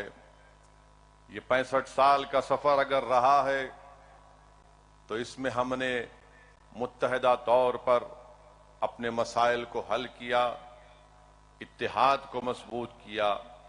तो मेरी आपसे गुजारिश है कि हमको अपने इत्तेहाद को और मजबूत करना है। और यकीनन इस साल तेलंगाना में असम्बली के इलेक्शन है और मजलिस इत्तेहादुल मुस्लिमीन उस असम्बली के इंतखाबात में हिस्सा लेगी। मजलिस इत्तेहादुल मुस्लिमीन अपनी ताकत को बरकरार रखेगी, अपनी ताकत में इजाफा करेगी और इंशाअल्लाह ताला मजलिस इत्तेहादुल मुस्लिमीन और तेलंगाना की ये अवाम तेलंगाना में बीजेपी को शिकस्त देगी। और मुझे यकीन है कि जो नफरत का पैगाम लेकर बीजेपी आगे बढ़ रही है, तेलंगाना की अवाम उसको मुस्तरद करेगी। मुझे यकीन है कि राजस्थान में जब असम्बली के इंतखाबात होंगे तो इंशाअल्लाह ताला राजस्थान की अवाम मजलिस इत्तेहादुल मुस्लिमीन को कामयाब करेगी। हम राजस्थान के असम्बली के इंतखाबात में भी हिस्सा लेंगे इंशाअल्लाह ताला। अब हम कर्नाटका के असम्बली के इंतखाबात में भी हिस्सा लेंगे और आप देखेंगे कि इंशाअल्लाह अनकरीब में ऐलान भी होगा। उस सिलसिले में मेरी आप तमाम से अपील है, गुजारिश है कि आप मजलिस इत्तेहादुल मुस्लिमीन की इन असम्बली इंतखाबात में कामयाबी के लिए दुआ भी फरमाइए। मेरे अजीज दोस्तों, इज्जतदार और माँ और बहनों, तेलंगाना में भारतीय जनता पार्टी की तरफ से बहुत सी बातें बोली जा रही हैं और जितनी बातें बोली जा रही हैं वो सिर्फ नफरत की बुनियाद पर। भारतीय जनता पार्टी उम्मीद दिलाने का नाम नहीं है, भारतीय जनता पार्टी खौफ दिलाने का काम करती है तेलंगाना में। इसीलिए आए दिन कोई ना कोई एक बयान दिया जाता है कि ऐसा कर देंगे, फुला कर देंगे। मैं तेलंगाना की आवाम से ये बताना चाहूंगा कि तेलंगाना रियासत जब से बनी, तेलंगाना में अमन मजबूत होता रहा, तेलंगाना में फसाद नहीं हुआ, बल्कि तेलंगाना में तरक्की हुई है।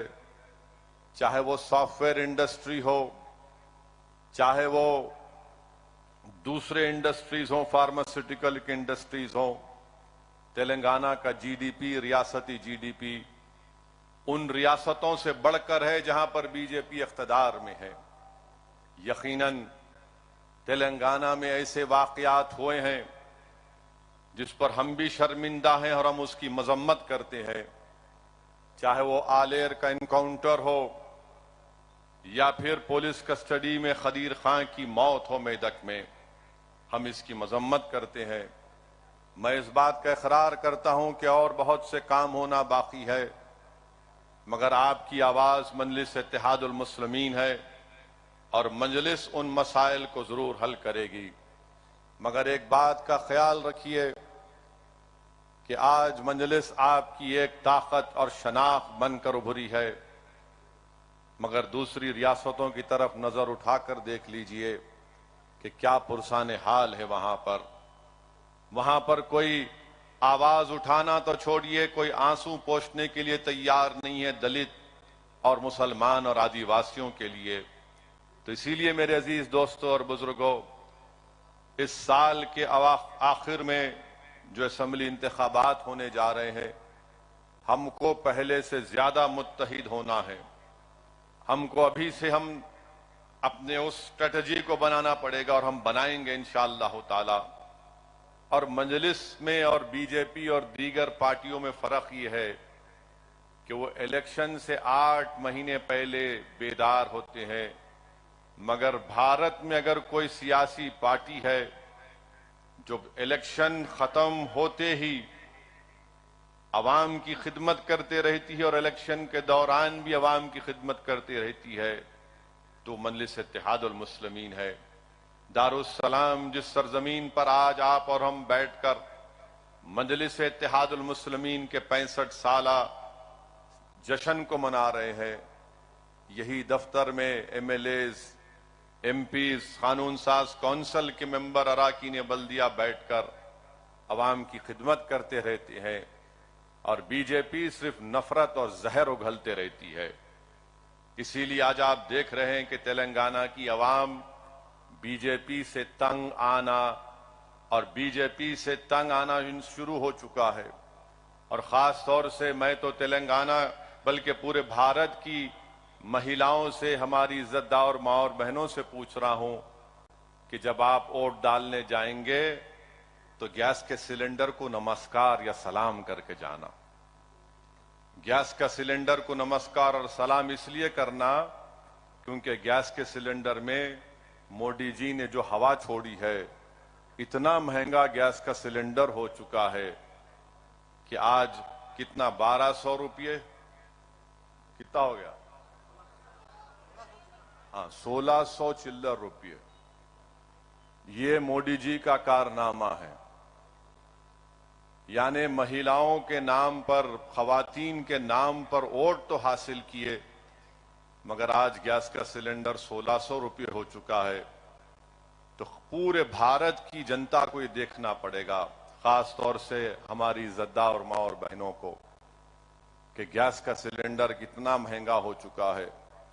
दूसरी बात कि चाइना का नाम हमारे वजीर आजम नहीं लेते। आज हमारा वतन 2000 स्क्वायर किलोमीटर की जमीन चाइना को खो चुका है।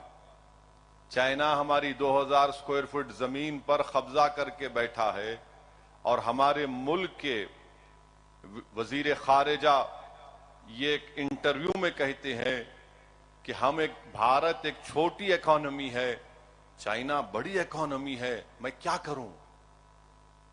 हम छोटी इकोनॉमी है, चीन बड़ी इकोनॉमी है, कॉमन सेंस है, मैं क्या करूं?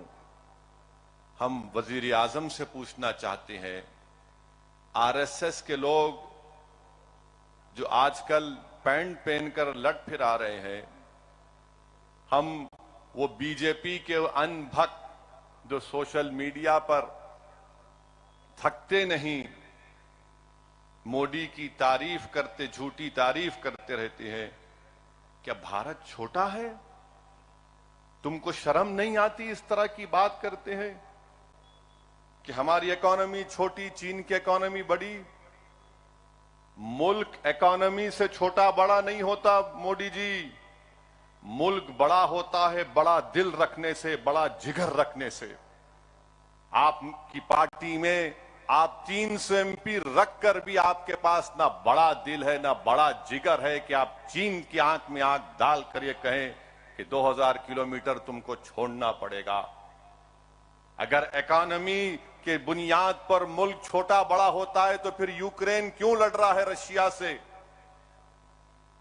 79 में वियतनाम अमेरिका से क्यों मुकाबला किया? 1980 में एक छोटा अफगानिस्तान यूएसएसआर से क्यों मुकाबला किया? अगर इकोनॉमी की बुनियाद पर मुल्क छोटा और बड़ा होता है तो फिर वो फलस्तीनी जिसके पास पत्थर के सिवा कुछ नहीं है, मस्जिद अक्सा और बैतुल मुकद्दस की आजादी के लिए लड़ रहा है, तो फिर क्या कहेंगे उनको? आप बताइए। आप आज बीजेपी और भारत के वजीर आजम के पास मुल्क की फौज पर भरोसा नहीं है, मुल्क की आवाम पर भरोसा नहीं है, और आप कहते हैं कि भारत छोटा है इकोनॉमी की वजह से। फिर कौन से विश्वगुरु की बात भारत के वजीर आजम कर रहे हैं? वजीर खारजा कह रहे, मैं नहीं कह रहा हूं। हम छोटी इकोनॉमी है, चीन बड़ी इकोनॉमी है। अरे छोटे बड़ा ये कब से पैदा हो गया? ये बात कहकर बीजेपी ने इस बात को कबूल कर लिया कि नरेंद्र मोदी चीन के आगे घुटने टेक चुके हैं। नरेंद्र मोदी चीन से हमारी जमीन को वापस नहीं लेना चाहती हैं। अरे एक हुकूमत की बुनियादी जिम्मेदारी होती है कि जमीन की बचाए, मुल्क की, वतन की, देश की जमीन को बचाए, और हमारे वजीर आजम ये कहती हैं हम छोटी इकोनॉमी है, वो बड़ी इकोनॉमी है। अब पूरी दुनिया में क्या में पैगाम चला गया? अमेरिका को क्या पैगाम गया, बर्तानिया को क्या पैगाम गया, ऑस्ट्रेलिया को क्या पैगाम गया, मलेशिया को, सिंगापुर को, साउथ कोरिया को, जापान को क्या पैगाम गया कि भारत चीन को बड़ा मानता है और अपने आप को छोटा मानता है। मैं बीजेपी से पूछना चाहता हूं, कहां गई तुम्हारा नेशनलिज्म? ये तुम्हारा नेशनलिज्म है? कॉमन सेंस ये नहीं है। कॉमन सेंस ये है कि हम मानते हैं कि चीन ताकतवर है मगर हम अपनी जमीन को नहीं छोड़ सकते। कॉमन सेंस ये भी है मिस्टर मोदी कि भारत एक न्यूक्लियर पावर है। भारत एक न्यूक्लियर पावर है, ये क्यों नहीं बोलते आप? मगर अफसोस, सवाल अब तय करना पड़ेगा भारत की आवाम को कि वो क्या इसका फैसला करते हैं। और अल्हम्दुलिल्लाह मंजलिस जुनैद और नसीर की मौत हुई घाटमीका में, जो राजस्थान में है। इनको हरियाणा ले जाकर किडनैप करके इनको जिंदा जला दिया गया था। मुझे मौका मिला, ये मेरी बदकिस्मती रही कि मैं उस घर को गया, जिस घर में जुनैद के घर को गया। वहां पर जुनैद के 6 औलाद और जुनैद का बड़ा भाई जो नीम पागल है, उसकी 7 औलाद की जिम्मेदारी भी जुनैद पर थी। हम खाली वहां पर खड़े हुए थे एक जिंदा लाश की तरह, जब उसके घर वाले उन मासूम बच्चों को बता रहे थे कि ये जुनैद की औलाद है, ये जुनैद के बड़े भाई की औलाद है, और रो कर कह रहे थे, बताओ ओवैसी, अब इन बच्चों का कौन ख्याल रखेगा? मेरे अजीज दोस्तों और बुजुर्गों, जुनैद और नसीर सिर्फ मुसलमान नहीं थे बल्कि इस अजीम भारत के शहरी थे। राइट टू लाइफ भारत के संविधान में एक फंडामेंटल राइट है। कोई किसी को मार नहीं सकता तो कोई किसी की जान कैसे ले सकता है? और सेकुलरिज्म की बात करने वाले कांग्रेस के लोग, हमने मुतालबा किया था कि वजीर आजम को, जुनैद और नसीर को जिस बर्बरियत से किडनैप करके जला दिया गया, ये सो कॉल्ड नाम निहाद गौ रक्षकों की वजह से जो एक टेररिस्ट बन चुके हैं, राजस्थान के चीफ मिनिस्टर नहीं गए। मगर आज मालूम हुआ कि शायद अशोक गहलोत जा सकते हैं क्योंकि मजलिस कह रही थी। तो राजस्थान की आवाम ने देख लिया कि मैंने आज से 4 महीने पहले जयपुर में जाकर कहा था कि वजारती अक़लियती बहबूद का बजट कम है, तो थोड़ा बढ़ा दिया गया, कुछ 300 करोड़ या 350 करोड़ कुछ किए। जुनैद और नसीर की मौत पर चीफ मिनिस्टर नहीं गए बल्कि एक शादी में गए थे। वहां से चंद आधे घंटे के फासले पर घाटमीका था। अब मालूम हुआ कि शायद अशोक गहलोत भी जाएंगे। और मैं आपसे वादा कर रहा हूं कि इंशाअल्लाह ताला मेदक के खदीर खान हो, जुनैद हो, नसीर हो, इंशाअल्लाह ताला मजलिस इत्तेहादुल मुस्लिमीन इनकी माली इमदाद करेगी। इनके अकाउंट के डिटेल्स हमारे पास आएंगे तो हम इंशाअल्लाह ताला उनकी बेवाओं के अकाउंट में मजलिस माली इमदाद करेगी। मैं आपसे वादा कर रहा हूं कि हम उन खानदानों के साथ थे और है और रहेंगे। और कौसर मोहिउद्दीन और मेदक के सदर भी खदीर खान के अफराद खानदान और उनकी बेवा के साथ हैं। और मुझे अभी कौसर मोहिउद्दीन एमएलए बता रहे थे कि मंजलिस के मुकामी लोगों की नुमाइंदगी पर खदीर खान की बेवा को 2 BHK मंजूर हुआ है और इंशाअल्लाह ताला टिम्बरिस्क स्कूल में उस बेवा को भी नौकरी का इंतजाम किया जाएगा। ये बड़ा ही दर्दनाक वाकया है खदीर खान का। जितना भी हम मजम्मत करें कम है। हम तो तेलंगाना की हुकूमत से मुतालबा करते हैं कि पुलिस वालों के ऊपर 302 का सेक्शन लगाकर उन पर केस चलना चाहिए। सस्पेंशन पनिशमेंट नहीं है, 302 का IPC का सेक्शन उन पर लगाया जाए।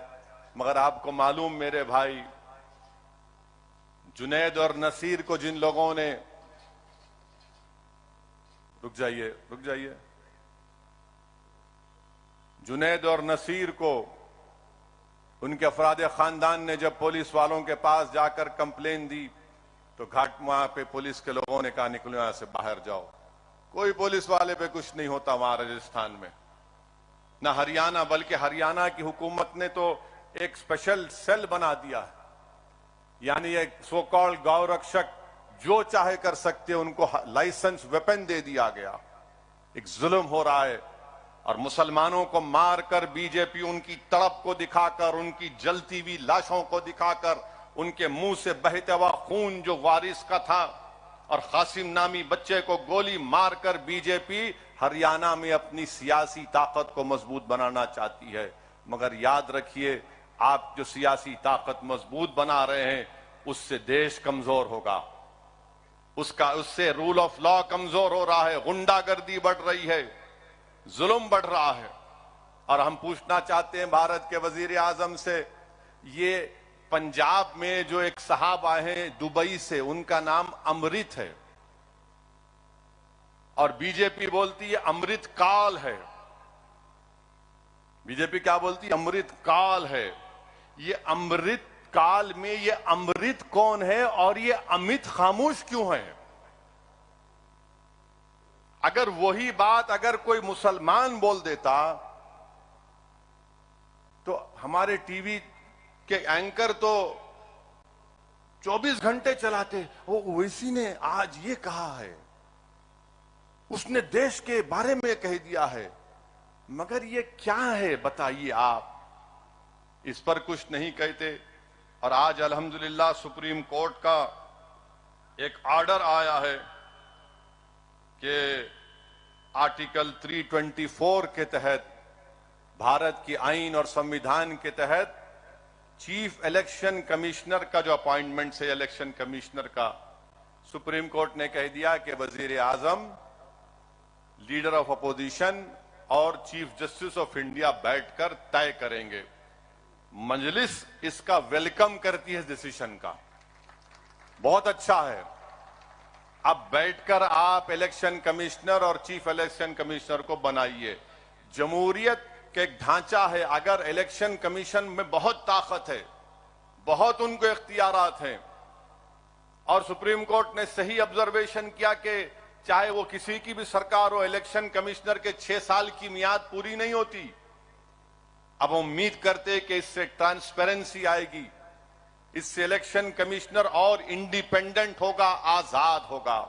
जमहूरियत के लिए बहुत जरूरी है कि इलेक्शन कमीशन में ट्रांसपेरेंसी आए और उसको और इंडिपेंडेंस मिले, जो भारत के आईन की आर्टिकल 324, बल्कि अगर आप कॉन्स्टिट्यूएंट असेंबली के डिबेट्स का मुताला करेंगे, जब आर्टिकल 324 पर बहस हो रही थी तो सबने कहा था कि इलेक्शन कमिश्नर को बहुत इख्तियारात मिलने चाहिए। इसीलिए आप देखते हैं कि इलेक्शन कमिश्नर को अगर हटाना है तो इम्पीचमेंट जो जज की होती है उस तरह का तरीक़ेकार दिया गया था।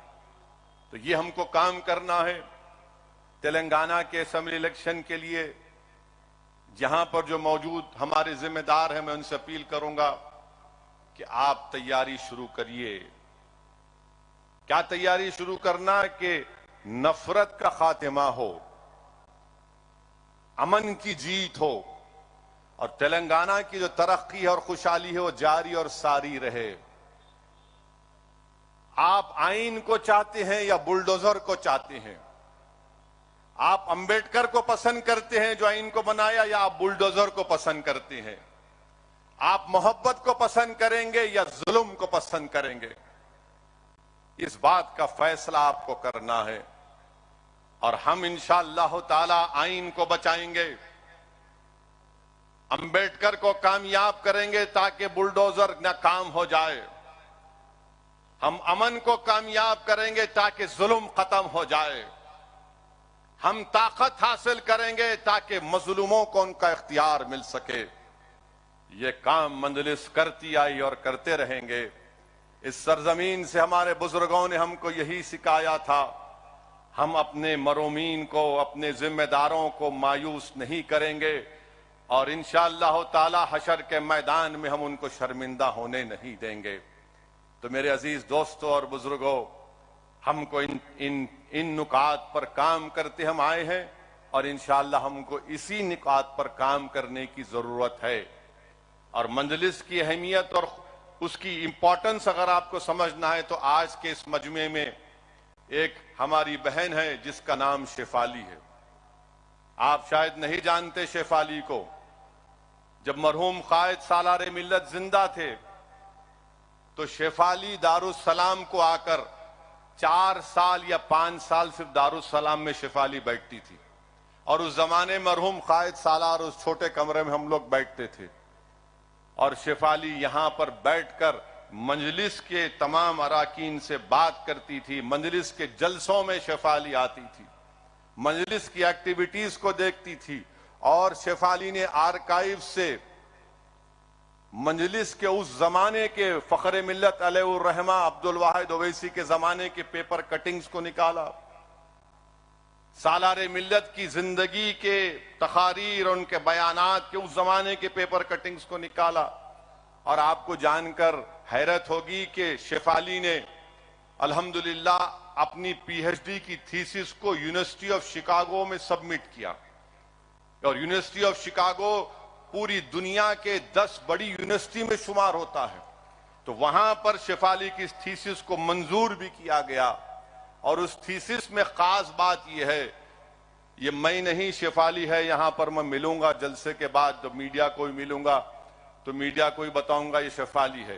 तो उस थीसिस में शेफाली लिखा कि सालारे मिल्लत की जिस दिन शादी हुई थी उस शादी की रात किसी ने सालार को फोन करके कहा कि सालार चप्पल बाजार में फसाद हुआ है। तो उस जमाने में ये नहीं था, ये झुंझुना नहीं था जो हमारी जिंदगी अजाब करके रख दिया। यानी दूसरी शादी करने की जरूरत ही नहीं है, अब 2 फोन रख लो, पूरा आपका माशाल्लाह चैन सुकून बर्बाद हो जाता है। तो किसी ने वो फोन 235 क्या नंबर था अकबर, नहीं 2 तो बाद में आया, 35497 मिलाया लगा के उंगली से, नहीं मालूम ये बच्चों को। वहां से फोन उठाया गया घर में, सालार उठाए फोन, गरजदार आवाज, हेलो, आने सुनने वाला थर-थर काम जाता था। बोले सालार ऐसा हुआ, सालार नॉर्टन पे बैठ के निकल गए। ये नहीं देखा सालार ने कि आज मेरी शादी की रात है। मेरे अजीज दोस्तों, इन्हीं हमारे बुजुर्गों की कुर्बानियों की वजह से हम यहां पर खड़े हैं। अगर आज असदुद्दीन ओवैसी खड़ा है, मुमताज खान बैठे हैं, एमएलए बनकर सब बैठे हैं, तो हम कोई पब्लिक गार्डन से चल के यहां नहीं आए। पब्लिक गार्डन से चल के यहां नहीं आए, हम बागयामा से उन हरियालियों पे चल के यहां तक नहीं पहुंचे। अब्दुल वाहिद ओवैसी को 11 महीने जेल की सोबतें बर्दाश्त करना पड़ा। मोहम्मद गौस को अपनी शहादत पेश करना पड़ा। लोग नहीं जानते मोहम्मद गौस को, अल्लाह उसकी खबर को नूर से भर दे, जिस शख्स ने मंजलिस के लिए एक एक सांस ली थी मंजलिस के लिए, उस मोहम्मद गौस ने अपनी जान की कुर्बानी को पेश किया। आप नहीं जानते कि फसादात में क्या क्या मसाइब और मुश्किलात का सामना करना पड़ा। मंजलिस के कायदीन को शहर बदर होना पड़ा। मंजलिस के कायदीन को बोलते हैदराबाद से निकलो, इनका हैदराबाद में नहीं रहना, दूर दूर जाकर मंजलिस के बड़े बड़े लोग रहते थे। बहरहाल मेरे अजीज दोस्तों, हिम्मत से काम करने की जरूरत है। हम अपने बुजुर्गों की मेहनत को रायगा जाने नहीं देंगे इंशाअल्लाह ताला। मंजलिस ने वो पैगाम दिया है कि भारत की जमहूरियत में आप रहकर अपनी सियासी ताकत को बना सकते हैं। मंजलिस ने यकीन पैदा किया है कि भारत की जमहूरियत में मजलूमों की क़यादत बन सकती है। मंजलिस ने ये पैगाम दिया है, इस बात को प्रूफ किया है कि अगर भारत की जमहूरियत में कमजोर तबकात की सियासी नुमाइंदगी होगी, एमएलएज होंगे, कॉरपोरेटर होंगे, एमपी होंगे, ग्राम पंचायत में नुमाइंदे होंगे, तो उनके मसाइल हल होंगे। जहां पर आपकी आवाज नहीं है वहां पर कोई आपको नहीं पूछता, वहां पर कोई नहीं पूछता, इसलिए कि भारत के किसी कोने में अगर किसी दलित मुसलमान पर जुल्म होता है तो सबसे पहले दारुस्सलाम को इत्तला दी जाती है कि असदुद्दीन अवैसी को या मंजलिस के कायदीन को बोलो कि कम से कम इस पर तबसरा कर दो, कम से कम इस पर तबसरा करो, रिएक्शन दो। मेरे अजीज दोस्तों और बुजुर्गों, हमको मंजलिस को और मजबूत करना है और इंशाअल्लाह ताला हम मंजलिस को और मजबूत करेंगे। रियासत झारखंड हो या बिहार हो या कहीं पर भी हो जहां पर मंजलिस आज काम कर रही है, हम मंजलिस को कामयाब करेंगे। हमारी जिंदगी का मकसद मंजलिस को सियासी ताकत बख्शना है। मैं अपने रुफ़क़ाओं से अपील कर रहा हूं कि तुम और हम जब खबरों में जाकर आराम से सो जाएंगे तो ये तिश्नगी लेकर हम अपनी खबरों में जाकर नहीं सोएंगे कि काश मैं कुछ वहां पर जाकर कुछ कर देता, अपनी जमात का परचम लगा देता, अपनी जमात के लिए लोगों को तरगीब देता कि वोट दो मंजलिस को। ये तिश्नगी हम लेकर अपनी खबरों में जाकर नहीं सोएंगे। अल्लाह सुब्हानहू तआला जब तक हमको और आपको जिंदा रखेगा, अल्लाह हमको हमारे जज्बे को जिंदा रखे, अल्लाह हमारी इस फिक्र को जिंदा रखे, अल्लाह हमारे बुजुर्गों की ईसार को जिंदा रखे और हमको अल्लाह तौफीक दे कि हम अपने बुजुर्गों के ईसार के रास्ते पर चले। हम अपनी जिंदगियों में कुर्बानियां हमारे बुजुर्गों ने दी, हम भी देंगे। और मंजलिस के मुखालिफिन को मैं कहूंगा कि तुम जितना बोलना चाहे बोलो, तुम्हारा जितना लिखना चाहे लिखो, तुम जितना इल्जामात लगाना चाहे लगाओ, अब कुछ फर्क नहीं पड़ता, क्योंकि 65 साल से तुम्हारे झूठी बातों का असर नहीं पहुंचा तो अब क्या पहुंचेगा प्यारे। पुकारो जितना पुकारना है। हमको मालूम कि अबू जहल नाकाम होने आया है, अबू जहल नाकाम ही होगा। यजीद के पास ताकत थी मगर पलीद था, बदनाम हुआ और सुबह क़यामत तक यजीद पलीद कहा जाएगा। फिरौन के पास ताकत थी, नमरूद के पास ताकत थी, मगर अल्लाह ने मूसा को कामयाब किया, अल्लाह ने हजरत इब्राहिम अलैहिस्सलाम को कामयाब किया। मेरे अजीज दोस्तों और बुजुर्गों, इख्तिदार को देखकर लोग ताकत की पूजा करते हैं। हम इख्तिदार या ताकत की पूजा नहीं करते, हम इंसाफ करने वालों के साथ रहते हैं, हम मजलूमों के साथ रहते हैं, हम जालिमों का साथ नहीं देते। तो ये पैगाम को समझिए और इसी से हमको मुस्तकबिल का लाहेअमल तय करना है। अल्लाह इस सरजमीन को दारुस्सलाम को सुबह क़यामत तक आबाद और शादाब रखे। ये इदारों को अल्लाह सुबह क़यामत तक आबाद और शादाब रखे। जो एजाज अल्लाह ने हमको इस जमात की खिदमत करने का मौका अल्लाह ने हमको इनायत फरमाया, अल्लाह हमको इन नेमतों से, इनामात से हमारी नस्लों को अल्लाह नवाजे कि हम इस जमात के इस बोझ को, इसकी जिम्मेदारी को उठाते रहें और पूरे इखलास के साथ इसका काम करते रहें। मैं फिर से सलाम करता हूं हमारे तमाम मरहूम कायदीन को, हमारे बुजुर्गों को और हमारे उन ज़ईफ मंजलिस के अराकीन को जो आज अपने घर में बैठकर शायद उनका पोता या उनका नवासा इनको दिखा रहा होगा कि देखो आज जिस दफ्तर के लिए तुमने क्या क्या नहीं किया था, आज वहां पर मजलिस इत्तेहादुल मुस्लिमीन का जश्न मनाया जा रहा है। मैं इन बुजुर्गों को भी सलाम करता हूं। मैं अपने उन बुजुर्गों को याद भी करता हूं जिनके पैरों के पास बैठकर मैंने सियासत सीखी। मैं उन तमाम अराकीन को शुक्रिया अदा करता हूं जिन्होंने मुझे, अगर मैं गलती करता हूं तो मुझे अपने तरीके से समझाते हैं कि ये रास्ता है, ये सही तरीका है। यकीनन आपके मशवरों की, आपकी सरपरस्ती की जरूरत है। ये आसान काम नहीं है मेरे अजीज दोस्तों और बुजुर्गों। हम एक मुश्किल काम कर रहे हैं, मगर वो जिंदगी क्या जिंदगी जिसमें मुश्किलात ना हो, वो जिंदगी क्या जिंदगी जिसमें चैलेंजेस ना हो, वो जिंदगी क्या जिंदगी है जिसमें जालिम से मुकाबला ना हो, वो जिंदगी क्या जिंदगी नहीं जिसमें जालिम से मुकाबला करते हुए हक की सरबुलंदी के लिए जान चली जाए। वही जिंदगी कामयाब होती है। अरे बुज़दिलों की तरह, गीदड़ों की तरह जालिमों के आगे घुटने टेक देना ये जिंदगी नहीं है, ये गुलामी है। गुलामी करना है तो जमीन व आसमान के खालिक की बनाई हुई जमीन, उस खालिक की गुलामी करना है। हमको अपने हक के लिए लड़ना है और हम इंशाअल्लाह ताला अपने हक के लिए लड़ेंगे। आप तमाम का बेहद शुक्रिया। आप आए, मगर मेरी इस बात को सुनिए, समझिए। अब तेलंगाना के जो जिम्मेदारान हैं, तेलंगाना के इलेक्शन के लिए तैयारी करिए। ये समझिए कि असेंबली इलेक्शन का बिगल बच चुका है। अब ये सोचकर हमको अपने इलाकों में, अराकी असेंबली के हलकों में, गांव में जाना है और इस पैगाम को पहुंचाना है। वाखिर दावान